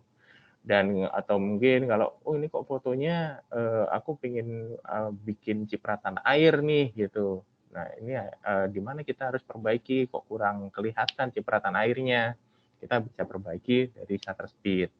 Atau kok fotonya gelap nih gitu, kita bisa perbaiki dari ISO begitu. Nah sekarang kita masuk ke fotografi UMKM, di mana di sini kita akan banyak mempelajari sebenarnya apa saja foto-foto yang biasanya kita butuhkan dalam menjalankan suatu bisnis. Yang pertama ini adalah produk katalog. Biasanya produk katalog ini adalah foto-foto yang ingin kita tampilkan itu berada misalkan kalau Bapak Ibu ada punya website, itu biasanya kita butuh banget nih foto katalog. Atau yang sederhana kayak kita masuk ke e-commerce seperti Tokopedia, Shopee. Nah, ini biasanya kita juga tampilkan produk foto katalog supaya calon customer bisa melihat produk secara detail. Nah, ini tipsnya. Yang pertama itu kita harus fokus kepada detail yang produk. Jadi biasanya orang yang melihat katalog produk itu ingin melihat produk ini secara lebih mendetail. Jadi di sini kita fokuskan, kita usahakan foto-foto yang kita abadikan itu tajam, detail, terlihat memang produk-produk yang ingin kita perlihatkan gitu. Kemudian yang kedua, tampilan dari foto ini dari beberapa sisi. Jadi kalau misalkan saya mau beli tas gitu, biasanya saya penasaran nih dari sisi depan seperti apa, dari belakang seperti apa, apalagi di masa seperti sekarang ya, di mana kita banyak berjualan melalui online. Kan biasanya customer itu kalau melihat produk dulu bersentuh gitu kan ya, dilihat kanan kiri. Nah kalau dengan online kan ada keterbatasan, dengan semakin lengkapnya kita memberikan tampilan dari beberapa sisi, itu akan memudahkan customer melihat produk yang kita jual. Kemudian background juga tidak dominan, karena dengan semakin dominan background, jadinya fokusnya tidak terlihat, jadi malah semakin menyulitkan kita dalam calon customer untuk melihat produk itu sendiri. Ini beberapa contoh yang saya ambil dari website ya. Ini adalah penjual sepatu Brodo ya. Ya ini kalau saya lihat dia juga sangat bagus dalam membuat foto katalog. Jadi biasanya kita melihat dari depan, terus kita lihat samping, belakang gitu. Ini hanya beberapa sisi yang saya ambil, tapi dari sisi apa namanya dari penjual sendiri itu malah memberikan foto dari sisi yang lebih banyak. Ini beberapa tips ya, karena kalau mungkin sekarang kita memotretnya gimana sih, Pak, untuk membuat foto-foto katalog seperti ini gitu. Sekarang kalau Bapak Ibu melihat di beberapa e-commerce itu sangat mudah sih, banyak orang yang menjual namanya seperti ini studio mini gitu. Jadi bentuknya kotak gitu. Dan dari sini kita bisa letakkan misalkan kertas gitu kan warnanya hijau gitu tergantung dengan memang karakter dari produk yang ingin kita buat gitu. Jadi sangat enak dan ini kalau saya lihat ya yang pernah saya lihat itu dia punya lampu yang akhirnya memantulkan cahaya dari setiap sisi sehingga produknya itu tidak menimbulkan bayangan. Kalau kita lihat di sini bayangannya minim hanya di bawah saja gitu.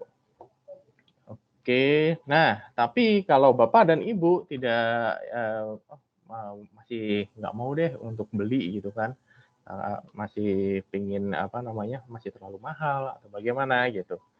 Sebenarnya bisa buat sendiri. Jadi dulu waktu saya awal-awal lulus kuliah saya sempat jualan juga dan itu saya membuat karton seperti ini.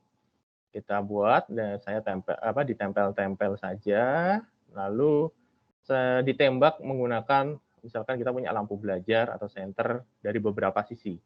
Nah, ini hasilnya juga akan meminimalisir cahaya bayangan gitu dan yang terlihat produknya terlihat detail dan jelas. Begitu. Ini yang simpel ya. Jadi kalau pengen yang murah, enak, ya, ini adalah salah satu opsinya. Ini juga beberapa salah satu opsinya, jadi ditembak ya dari atas, kanan dan kiri gitu. Kenapa kok dari beberapa sisi gitu? Karena supaya bayangan yang ada di setiap sisi itu hilang gitu. Jadi akan terlihat detail gitu. Dan produknya pun dengan adanya tambahan cahaya itu terlihat sangat detail. Nah, kalau produknya besar gitu, kan ini kalau kita lihat kan produknya yang kecil-kecil gitu ya. Oke, kalau produknya besar, diusahakan kita tetap menggunakan background yang warnanya polos, karena itu akan sangat memudahkan dalam melihat ya, karena orang kalau dengan background yang warnanya polos, yang berbeda dengan warna produk itu sendiri akan lebih mudah untuk melihatnya.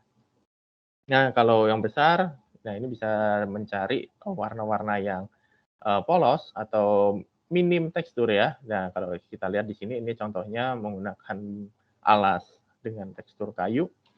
Dan kalau kita biasanya produknya lebih besar, biasanya kalau kita menggunakan lampu senter atau ini kan terlalu kecil ya. Ini bisa kita memanfaatkan cahaya matahari gitu. Kita bisa bikin namanya reflektor.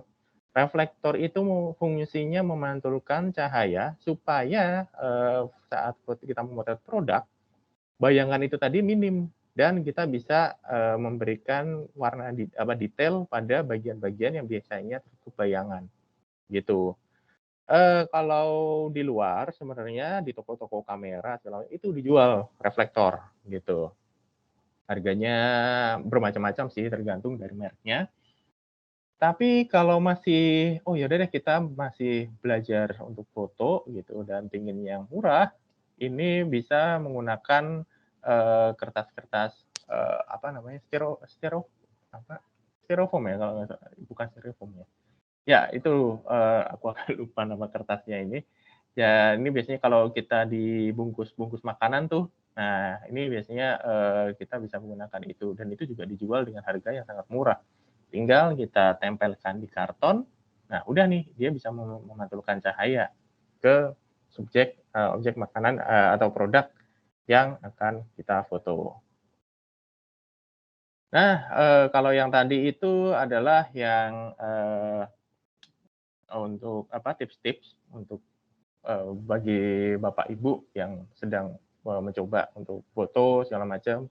supaya lebih bagus. Tapi untuk next step-nya nih, kalau sudah lebih baik bisnisnya berjalan yang sudah mapan, saya sarankan untuk berinvestasi atau menaikkan level ke peralatan-peralatan yang memang sesuai untuk pemotretan. Bisa dengan upgrade kamera, lighting, dan juga aksesori studio gitu, terlebih untuk produk-produk yang besar. Begini, yang pasti ini akan sangat memudahkan dalam pemotretan produk, dan bisa dengan kita memberikan efek-efek lighting, ini akan memberikan produk yang kita foto itu akan terlihat lebih menarik, lebih detail. Kemudian setelah foto katalog, nah kita masuk ke foto promosi. Nah, ini berbeda dengan foto katalog itu tadi, gitu. Karena foto promosi ini biasanya yang kita pasang di Instagram atau saat kita beriklan, gitu. Jadi fungsinya adalah memberikan image suatu produk. Jadi kalau tadi sudah belajar tentang copyright ya, tadi dari Pak Rizky juga sangat bagus sekali, di mana kita bisa memberikan image gimana dengan gaya bahasa yang dibuat, misalkan tadi jenaka, serius, dan lain sebagainya. Nah, dengan foto promosi ini pun juga, jadi kita bisa membuat produk kita ini image-nya seperti apa dengan foto promosi yang kita buat. Misalkan kita ingin membuat sepatu yang kita jual ini kesannya anak muda nih, gitu ya. Kita bisa buat dengan model-model anak muda, dengan gaya-gaya style yang anak muda juga, dengan aksesori, baju itu yang anak-anak muda. Terus juga ingin menampilkan produk-produk yang detail lainnya seperti ini. Ini kalau janji jiwa ya, dia ingin menampilkan produk macamnya style, kita buat efeknya bokeh, jadi akan terlihat detailnya begitu. Ya, kemudian ini adalah tips-tipsnya untuk membuat foto promosi, di mana untuk membuat foto promosi ini yang pertama kita harus menguasai teknik fotografinya yang tadi sudah dipaparkan di awal ya, mengenai fotografinya, di mana kita harus tahu, kita misalkan kayak ingin fotonya buat lebih bokeh segala macam, nah itu kita buat diafragmanya, angkanya dikecilkan, seperti itu. Kemudian juga belajar styling supaya memang apapun itu produknya ya, ada biasanya untuk food, ini food stylist, ataupun untuk busana kita belajar untuk styling biar memang sesuai dengan dengan target yang kita inginkan. Kemudian kita juga terakhir itu menggunakan produk yang sesuai supaya hasil yang nanti muncul itu sesuai harapan kita. Nah, ini beberapa untuk tips teknik fotografi yang harus kita yang bisa dijalankan untuk membuat foto-foto promosi. Jadi ini adalah dengan teknik bokeh ya. Jadi supaya produk itu terlihat jelas gitu yang kita inginkan. Jadi background ini terlihat blur dan fokus orang melihat pertama itu adalah ke produk yang akan kita jual gitu. Ini contohnya sepatu. Nah, dengan membuat background-nya blur, saya itu tidak langsung melihat ke belakang, tapi langsung melihatnya ke sepatu yang dijual di depan ini. Kemudian teknik lain. Nah, ini ada juga. Nah, kalau kita lihat sekarang ya, sebenarnya di dalam foto ini ada beberapa produk gitu. Ada di depan ini adalah si boba yang yang akan ditonjolkan. Nah, sedangkan yang belakang sebenarnya ini ada Kravel dan ada produk yang lain, tapi dibuat blur supaya orang tetap tujuan mata yang melihat itu pertama ada di sini. Begitu, dan ini hanya pelengkap saja di belakangnya. Begitu. Ya, sebentar. Nah, bisa juga dengan membuat latar belakang yang polos. Jadi, dengan membuat latar belakang yang polos, kita membuat subjek itu bisa terisolasi sendiri dan mata orang itu tertuju ke arah subjek yang kita foto. Begitu. Bisa juga dengan flat lay. Flat lay ini biasanya juga banyak digunakan untuk produk makanan ataupun produk-produk biasanya kayak tas segala macam itu biasanya juga menggunakan flat lay. Ini memotret dari atas. Jadi misalkan kita mempunyai produk dengan varian yang banyak, itu dengan teknik flat lay ini kita bisa menampilkannya secara utuh ya. Jadi ini ada berbagai macam jenis produk makanan yang akhirnya dengan flat lay ini kita bisa melihat berbagai macam jenisnya yang bisa dihias dengan aksesoris-aksesoris yang lainnya. Nah, seperti ini juga dengan teknik flat lay. Kita ingin menampilkan ayam goreng. Nah, dengan ini kan ada kelengkapannya dengan nasi, sambal. Nah, dengan ini kita bisa memperlihatkan kelengkapan dari produk yang kita jual gitu. Dan selain flat lay, ini juga kita bisa membuat foto. Kalau yang tadi kan bokeh ya, kita ingin membuat foto itu terisolasi sendiri dan membuat mata orang itu tertuju di satu produk yang sangat tajam dan detail itu. Nah, kalau ini berkebalikan, ini kita ingin menampilkan varian yang banyak dari produk yang kita jual gitu. Jadi kita set supaya foto yang kita potret ini tajam semuanya. Jadi ini sama dengan yang flat lay tadi, cuman kalau flat lay itu kan ibaratnya dari atas ya, kalau ini dari sudutnya agak samping. Nah, biasanya kalau dengan sudut samping ini bagian belakangnya sudah blur semua, udah mulai agak blur. Nah, ini bisa dengan menaikkan angka diafragma yang ada di kamera. Jadi makanan-makanan itu bisa tajam seluruhnya dari depan sampai ke belakang, begitu. Nah, kalau kita udah mempelajari teknik-tekniknya, sekarang kalau untuk kamera ini tergantung dari pilihan. Karena kalau pilihan sekarang udah banyak ya, kita sendiri dari Canon itu mempunyai banyak varian juga kamera. Jadi Bapak Ibu itu bisa memilih itu dengan sangat mudah ya, karena dari yang seri bawah sampai yang atas itu ada. Tinggal disesuaikan yang pertama dengan budget dan bagaimana kebutuhan yang diharapkan gitu. Karena kalau kita lihat misalkan dari kamera yang kita miliki seperti di sini ini ada DSLR ya, dari seri yang terendah ataupun mirrorless dari yang seri terendah, ini punya kemampuan untuk lensanya ditukar. Jadi kalau memang kita membutuhkan ketajaman lebih, kita bisa menggunakan lensa-lensa yang punya diafragma besar.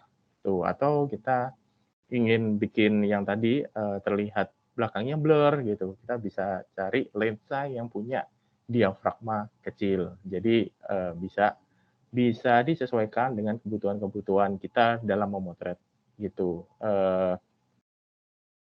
Selanjutnya, nah kenapa kita menyarankan untuk jika sudah memiliki modal lebih segala macam, itu bisa upgrade ke kamera. Karena di dalam kamera itu punya sensor yang ukurannya besar, dan ini yang akan berefek kepada ketajaman, detail, dan warna. Karena ini akan sangat terasa saat kita memotret yang tadi, seperti kayak untuk promosi, ataupun untuk katalog gitu. Terutama katalog itu sebenarnya sederhana ya, foto produk sederhana. Cuman kalau kita ingin detail yang lebih banyak, segala macam, kita membutuhkan sensor yang lebih besar ini, gitu. Makanya banyak, kalau Bapak Ibu dengar mungkin, oh itu kamera full frame, gitu. Nah, itu adalah sensor yang besar saat ini. Jadi yang bisa membuat foto itu tajam dan juga detail. Gitu. Nah, kenapa untuk memilih Canon? Ini juga salah satu opsi karena kita itu memiliki layar-layar yang bisa diputar-putar, bisa dilipat ke atas segala macam, dan itu touchscreen. Jadi untuk memotret segala macam dari sudutnya susah, itu akan lebih mudah. Contoh kayak flat lay, itu kan biasanya dari atas tuh. Nah, dengan adanya layar yang diputar kan lebih enak ya untuk memotret gitu. Dan juga tentunya punya fokus yang sangat handal karena dia punya kecepatan fokus sangat kencang, dan sekarang sudah dilengkapi dengan berbagai tambahan fokus yang memang akan membantu Bapak Ibu dalam memotret. Ya, itu sekian saja untuk pemaparan saya tentang pemotretan produk. Dan semoga dengan pemaparan saya ini Bapak dan Ibu bisa semakin baik dalam membuat foto-foto produk, baik itu produk katalog maupun foto promosi. Saya kembalikan ke Pak Memo. Terima kasih, Pak.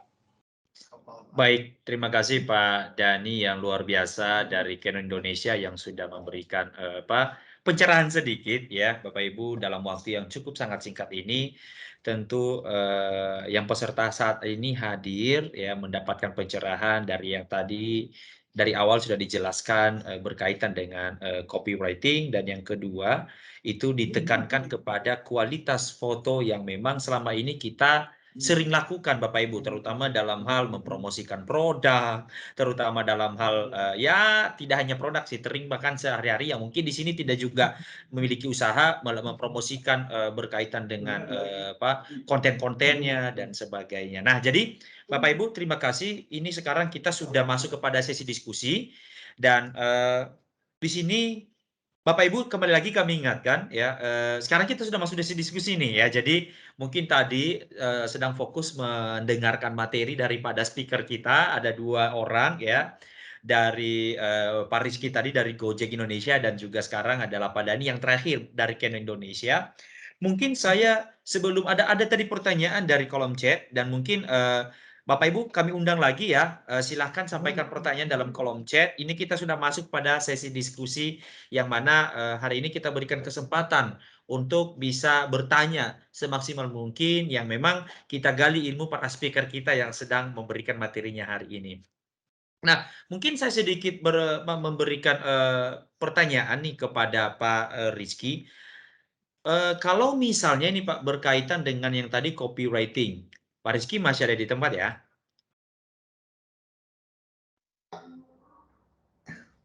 Baik, oke. Ya, jadi ini langsung dari saya nih Pak, misalnya ini berkaitan dengan copywriting tadi Pak Rizky. Nah, ini banyak teman-teman dari saya lihat juga beberapa orang memang dia sudah maksimal mungkin membuat copywriting, tapi memang membuat tadi copywriting dengan demo yang tadi disampaikan Pak Rizky itu tidak semua orang memiliki kompeten bisa apakah itu bersifat serius kontennya, ajakan dan sebagainya.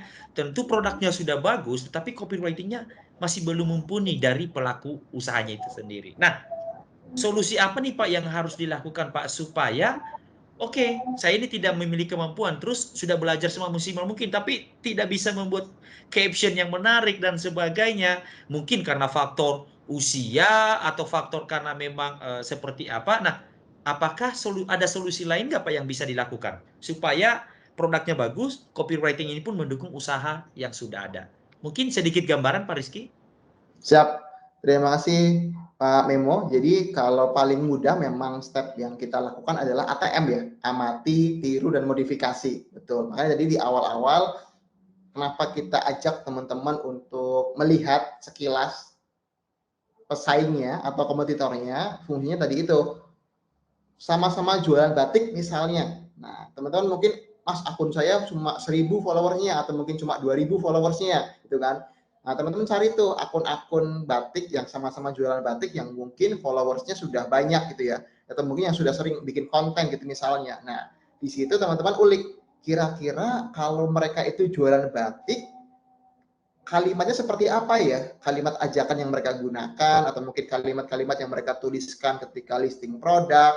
Kadang kan ketika kita jualan batik itu nggak melulu harus bikin katalog semua gitu kan. Ada juga postingan terkait dengan misalnya saat proses cantingnya atau mungkin saat proses mewarnainya gitu ya. Nah, itu apa kalimat-kalimat yang harus kita masukkan. Nah, di situ kita belajar, oh ternyata kalau batik yang marketnya untuk anak muda, nulisnya kayak gini modelnya. Kalau batik yang mungkin kayak batik keris atau mungkin batik yang untuk dewasa atau mungkin orang tua, kayak gini nih gaya penulisannya kayak gitu. Dari situ kita nanti bisa ulik sedikit, modifikasi gitu ya, sesuaikan dengan gaya bahasa kita. Kalau kita tadi marketnya lokal, bisa juga pakai bahasa daerah juga nggak masalah harusnya.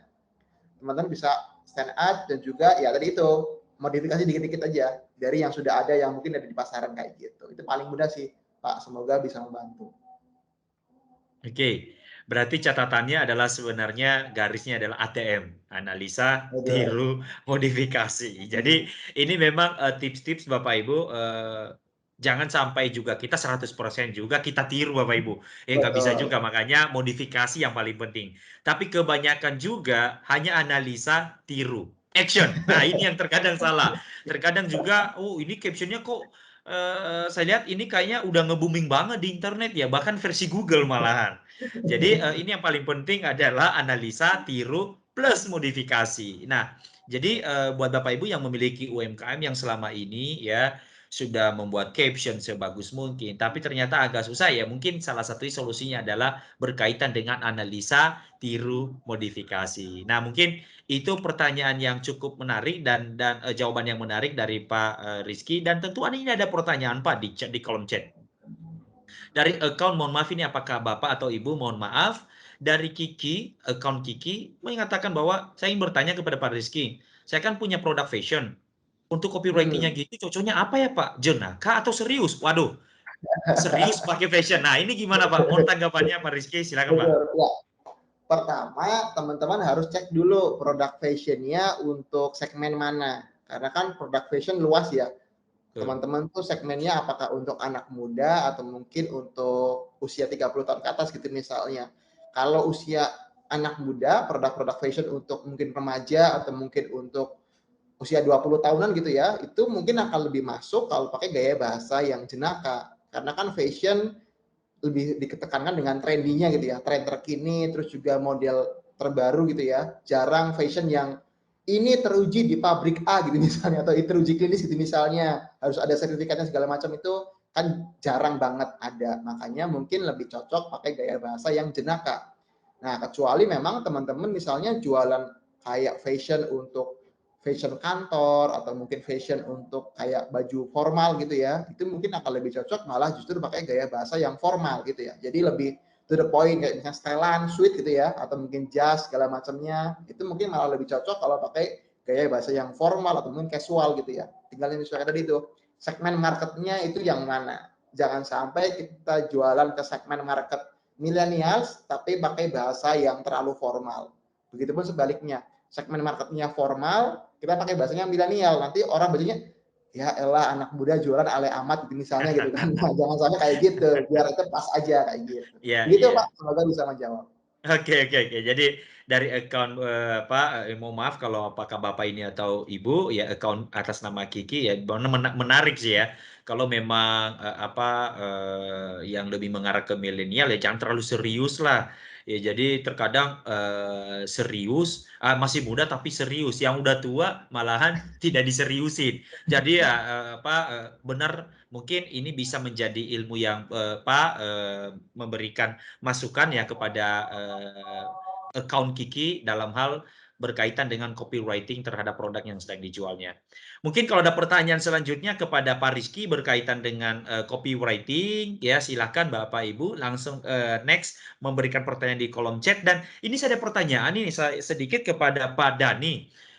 Pak Dani, mohon izin Pak. Jadi tadi ada berkaitan dengan keren banget ya. Selama ini kan tidak hanya juga UMKM, tetapi terkadang banyak orang pun ya asal memfoto, jebret masukin ke media sosial, jebret masukin ke media sosial. Tetapi mungkin juga salah satu faktor Pak, salah satunya adalah karena mungkin faktor kualitas kameranya sehingga kualitas gambarnya kurang bagus, blur dan sebagainya, dan tidak terlihat frame-frame tadi yang dijelaskan oleh Pak Dani. Terlepas daripada Canon ataupun kameranya, kalau misalnya itu yang digunakan adalah handphone, Pak. Tipsnya untuk menggunakan handphone ada nggak, Pak? Yang mungkin bisa di-share ke teman-teman kalau misalnya itu kameranya adalah handphone. Karena tadi disesuaikan budget, teman-teman UMKM ini masih belum kuat untuk membeli kamera yang lebih proper. Silakan, Pak, kalau ada tanggapan sedikit, Pak. Ini terkait dengan pemotretan produk ya Pak Memo ya? Ya, betul. Ya. Oke, kalau untuk handphone itu biasanya kan set di auto ya, paling mudahnya begitu gitu. Ya terus sekarang kalau kita lihat handphone itu ada beberapa lensa gitu, ada yang lensa super wide, standar, sampai ada yang zoom. Nah, kalau saran saya itu paling enak itu di standar gitu. Nah, kalau untuk membuat fotonya lebih baik, itu kita akalin pakai tambahan-tambahan kayak cahaya-cahaya gitu. Ya kalau mau yang standar, kalau misalkan tadi foto katalog gitu, ya itu yang sederhana pakai lampu apa meja belajar gitu sebenarnya sudah cukup gitu. Cuman ya udah kita apa namanya setnya misalkan dari beberapa sisi, jadi kelihatan detail dari produk itu dari beberapa sisi ya, dari kiri, kanan, atas gitu. Itu untuk ngakalinnya. Kalau misalkan untuk produk-produknya kita mau pakai cahaya natural nih gitu kan, mau yang apa namanya produknya ukurannya besar, misalkan kayak fashion, busana gitu. Ini bisa enak itu saya sarankan kita ambil itu di pagi hari atau sore hari. Biasanya cahayanya itu masih belum terlalu keras dan kita bisa memberikan kayak efek-efek apa satellite gitu ya yang membuat cahaya itu datangnya dari samping gitu. Itu biasanya memberikan efek tersendiri dari foto yang kita buat. Nah, seperti itu sih. Itu sedikit saran tambahan dari saya untuk Bapak Ibu yang apa masih memotret menggunakan smartphone. Begitu Pak Mimo. Oke, ya Ya. karena ini penting juga sih Pak, karena mungkin kebanyakan ya Pak belum spare financialnya terhadap kamera yang mungkin lebih Betul. profesional, tapi kebanyakan mungkin menggunakan smartphone, tapi mungkin smartphone pun itu tetap memang harus profesional. Yang tadi disampaikan oleh Pak Dani ya, waktunya pun ada kalau bisa pagi, kemudian Betul. harus benar-benar ya, dan kebanyakan ya hasil jepret masukin media sosial. Jadi sedangkan saya pribadi juga mohon maaf Pak, kalau misalnya saya masuk ke e-commerce dan sebagainya, itu sangat berpengaruh pada nih. Ketika saya melihat, waduh ini kok agak buram-buram ya. Walaupun ratingnya cukup bagus, saya lihat tokonya bagus, tapi ketika saya melihat gambarnya, waduh ini kok agak gimana gitu. Nah ini jadi pelajaran juga buat Bapak Ibu dan teman-teman yang ada di sini. Oleh karena itu, kita mancing lagi pertanyaan ya, kalau ada pertanyaan. Dan di sini banyak pertanyaan link absensi, ya mungkin nanti admin mohon dibantu ya link absensi. Kemudian boleh nggak minta materinya. Nah, untuk berkaitan dengan materi nanti kita akan kirimkan kepada Bapak Ibu ya dalam bentuk email, dan para peserta pun yang hadir hari ini kita akan berikan e-sertifikat ya. Jadi nanti sekaligus materinya nanti akan di-share. Tetapi ada materi yang tidak bisa di-share ya karena hal-hal ini dibatasi share materinya, jadi tidak semua materi. Dan kemarin ada materi record ya. Silakan kalau ada materi record hari ini nanti akan kita masukkan juga ya di channel YouTube Hari Retail Nasional 2021. Jadi Bapak Ibu nanti bisa mengecek di sana ataupun bisa mengecek di channel YouTube kita orbitin.id. Ya, orbitin.id di sana juga akan tersedia rekamannya. Jadi silakan Bapak Ibu, para teman-teman UMKM yang ada di sini untuk bisa melakukan menonton ulang terhadap video daripada webinar hari ini. Nah, kembali lagi kepada Pak Dani tadi Pak berkaitan dengan fotografi. Nah, sebenarnya berkaitan dengan foto tadi Pak lebih mengarah kepada apa ya Pak? Kepada yang tadi saya lihat adalah fashion, ada sepatu tadi dan sebagainya, kemudian kuliner dan sebagainya. Nah, berpengaruh nggak sih Pak background itu terhadap produk yang difoto Pak? Misalnya nih kan UMKM ini kan banyak ya Pak. Ada kria, ada misalnya oleh-oleh, ada yang fashion. Fashion itu pun baju, pakaian, sepatu, kemudian berkaitan kuliner, ada minum, makanan dan sebagainya. Berpengaruh nggak sih Pak background yang ditampilkan? Mungkin itu Pak. Ya, kalau kita berbicara background itu bisa berbicara banyak sih Pak. Apa namanya, sebagai salah satu contoh ya, background itu bisa memperkuat foto produk yang yang kita foto gitu. Contoh saya memotret nama makanannya apa namanya, yang ayam tadi ya. Nah, misalnya dari ayam ini maksudnya bumbu apa ayam cabai hijau lah gitu kan. Nah, ini biasanya kita ingin menampilkan ayam cabai hijau. Ini sebenarnya lebih bumbu-bumbunya apa aja sih gitu yang bisa semakin memperkuat gitu.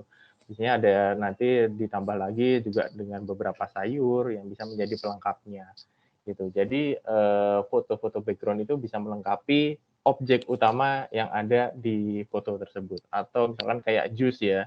Kan kalau jus kan biasanya cuma air aja gitu. Kita nggak tahu nih jus apa ini gitu. Nah, kita bisa bikin tuh di belakangnya ada buahnya gitu, di sampingnya ada buahnya gitu. Jadi seberapa penting background? Penting sih, karena itu bisa membantu untuk membuat menjelaskan produk tersebut gitu, atau bisa memberikan nuansa-nuansa lebih ya, terutama untuk yang fashion atau untuk produk lain ya, karena kalau kita ingin menjelaskan tadi produk anak muda nih gitu, itu kan bisa kita berikan aksesoris lain yang ada tentang anak muda gitu di sekitar produk utamanya. Begitu Pak Memo. Baik, terima kasih Pak Dhani yang sudah memberikan tips-tipsnya. Ya, kita lagi mengundang lagi kepada Bapak Ibu yang hadir di sini ya, Pak. Kita mengundang dengan keterbukaan pertanyaan ya kepada para speaker kita yang berkaitan dengan materi kita hari ini, berkaitan dengan copywriting ya dan berkaitan dengan produk fotografi. Kita mulai di sini cukup hanya satu orang yang bertanya ya, satu account. Jadi Bapak Ibu yang masih memiliki pertanyaan di sini memang aktif ya, tapi masih berkaitan dengan trouble tentang registrasi, kemudian absensi dan sebagainya. Dan Bapak Ibu tadi sudah kita jawab ya, masalah tentang registrasi sudah kita jawab, kemudian recall sudah kita jawab, materi sudah kita tanggapi.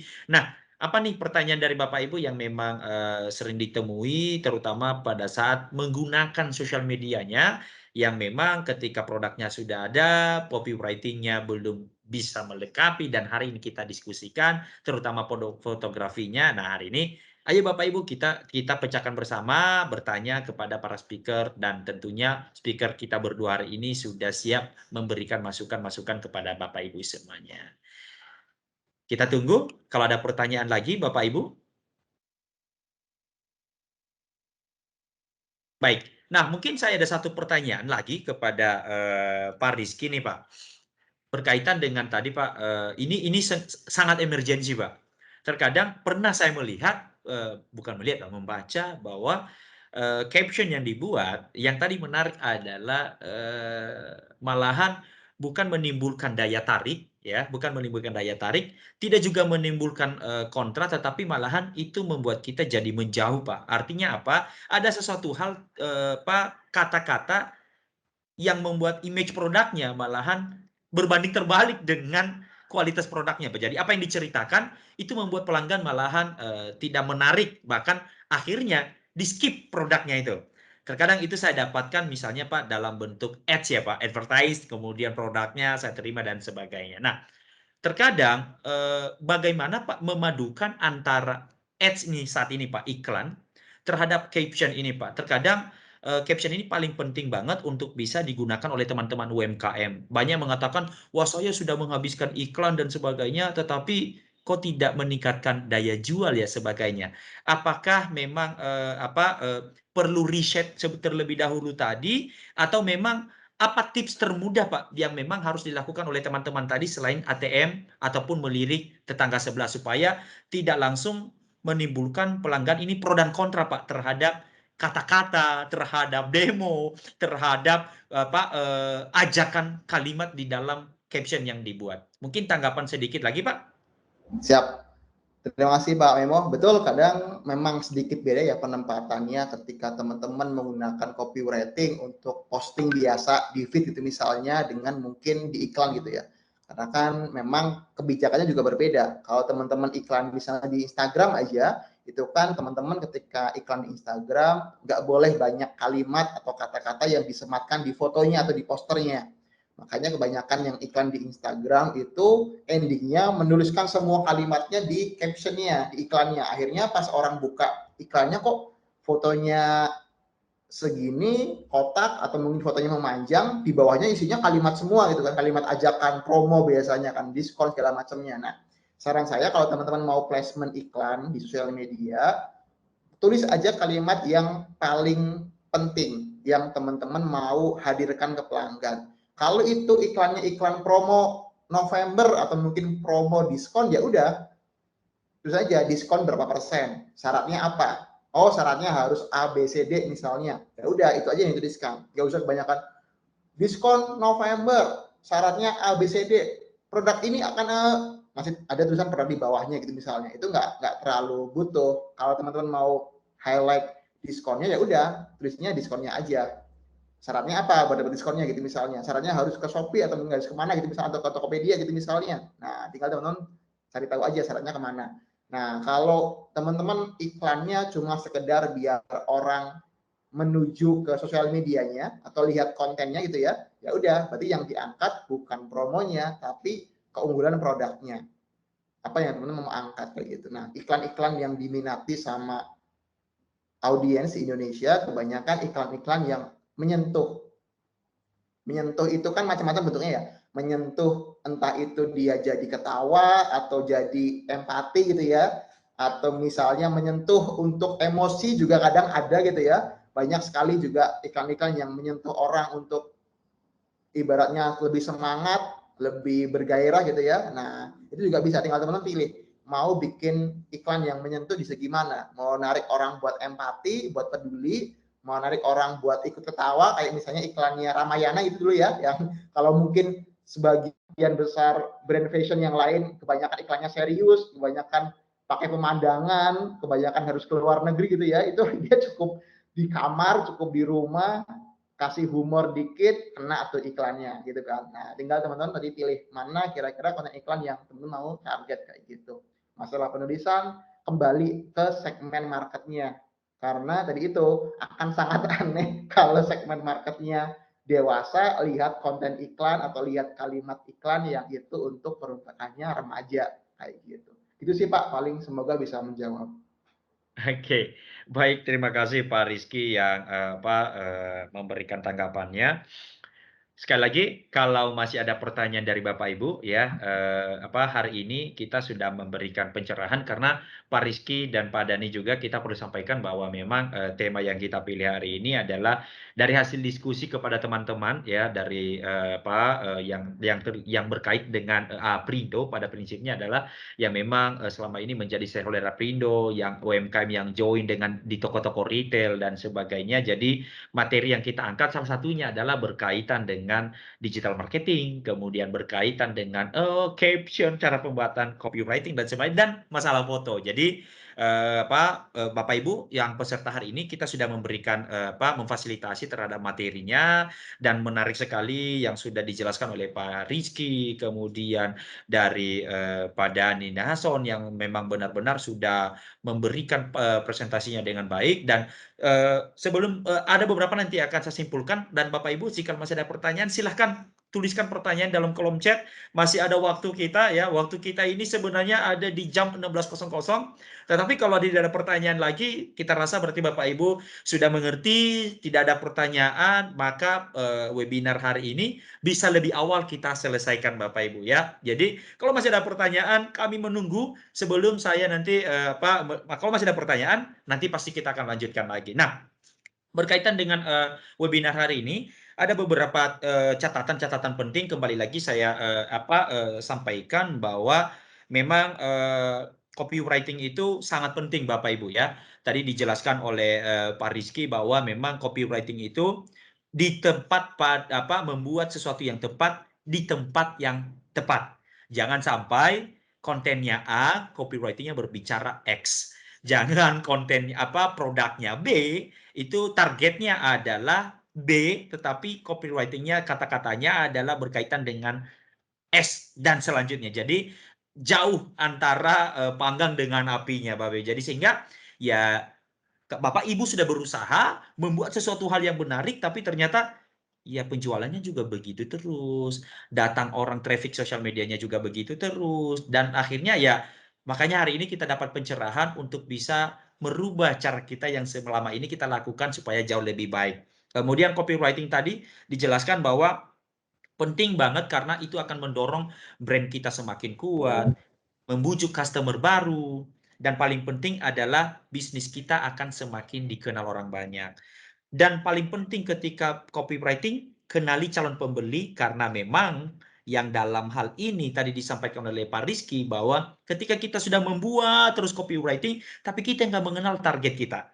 Ujung-ujungnya adalah tidak mengenal pelanggan kita, tidak saling tahu, dan bahkan hubungannya akhirnya menjauh karena tadi kita tidak melakukan mengenali calon pembeli. Oleh karena itu, kenali calon pembeli karena tak kenal maka tak sayang tadi, tak saling tahu dan hubungan makin awet. Kemudian kenali juga pesaingmu. Nah, ini terkadang Bapak Ibu, boleh nggak kita melakukan copy paste? Boleh, tapi jangan copy paste 100% Bapak Ibu ya. Jadi kita juga harus melakukan ATM tadi, analisa, tiru, modifikasi. Ya, terkadang jangan sampai juga ditelan mentah-mentah.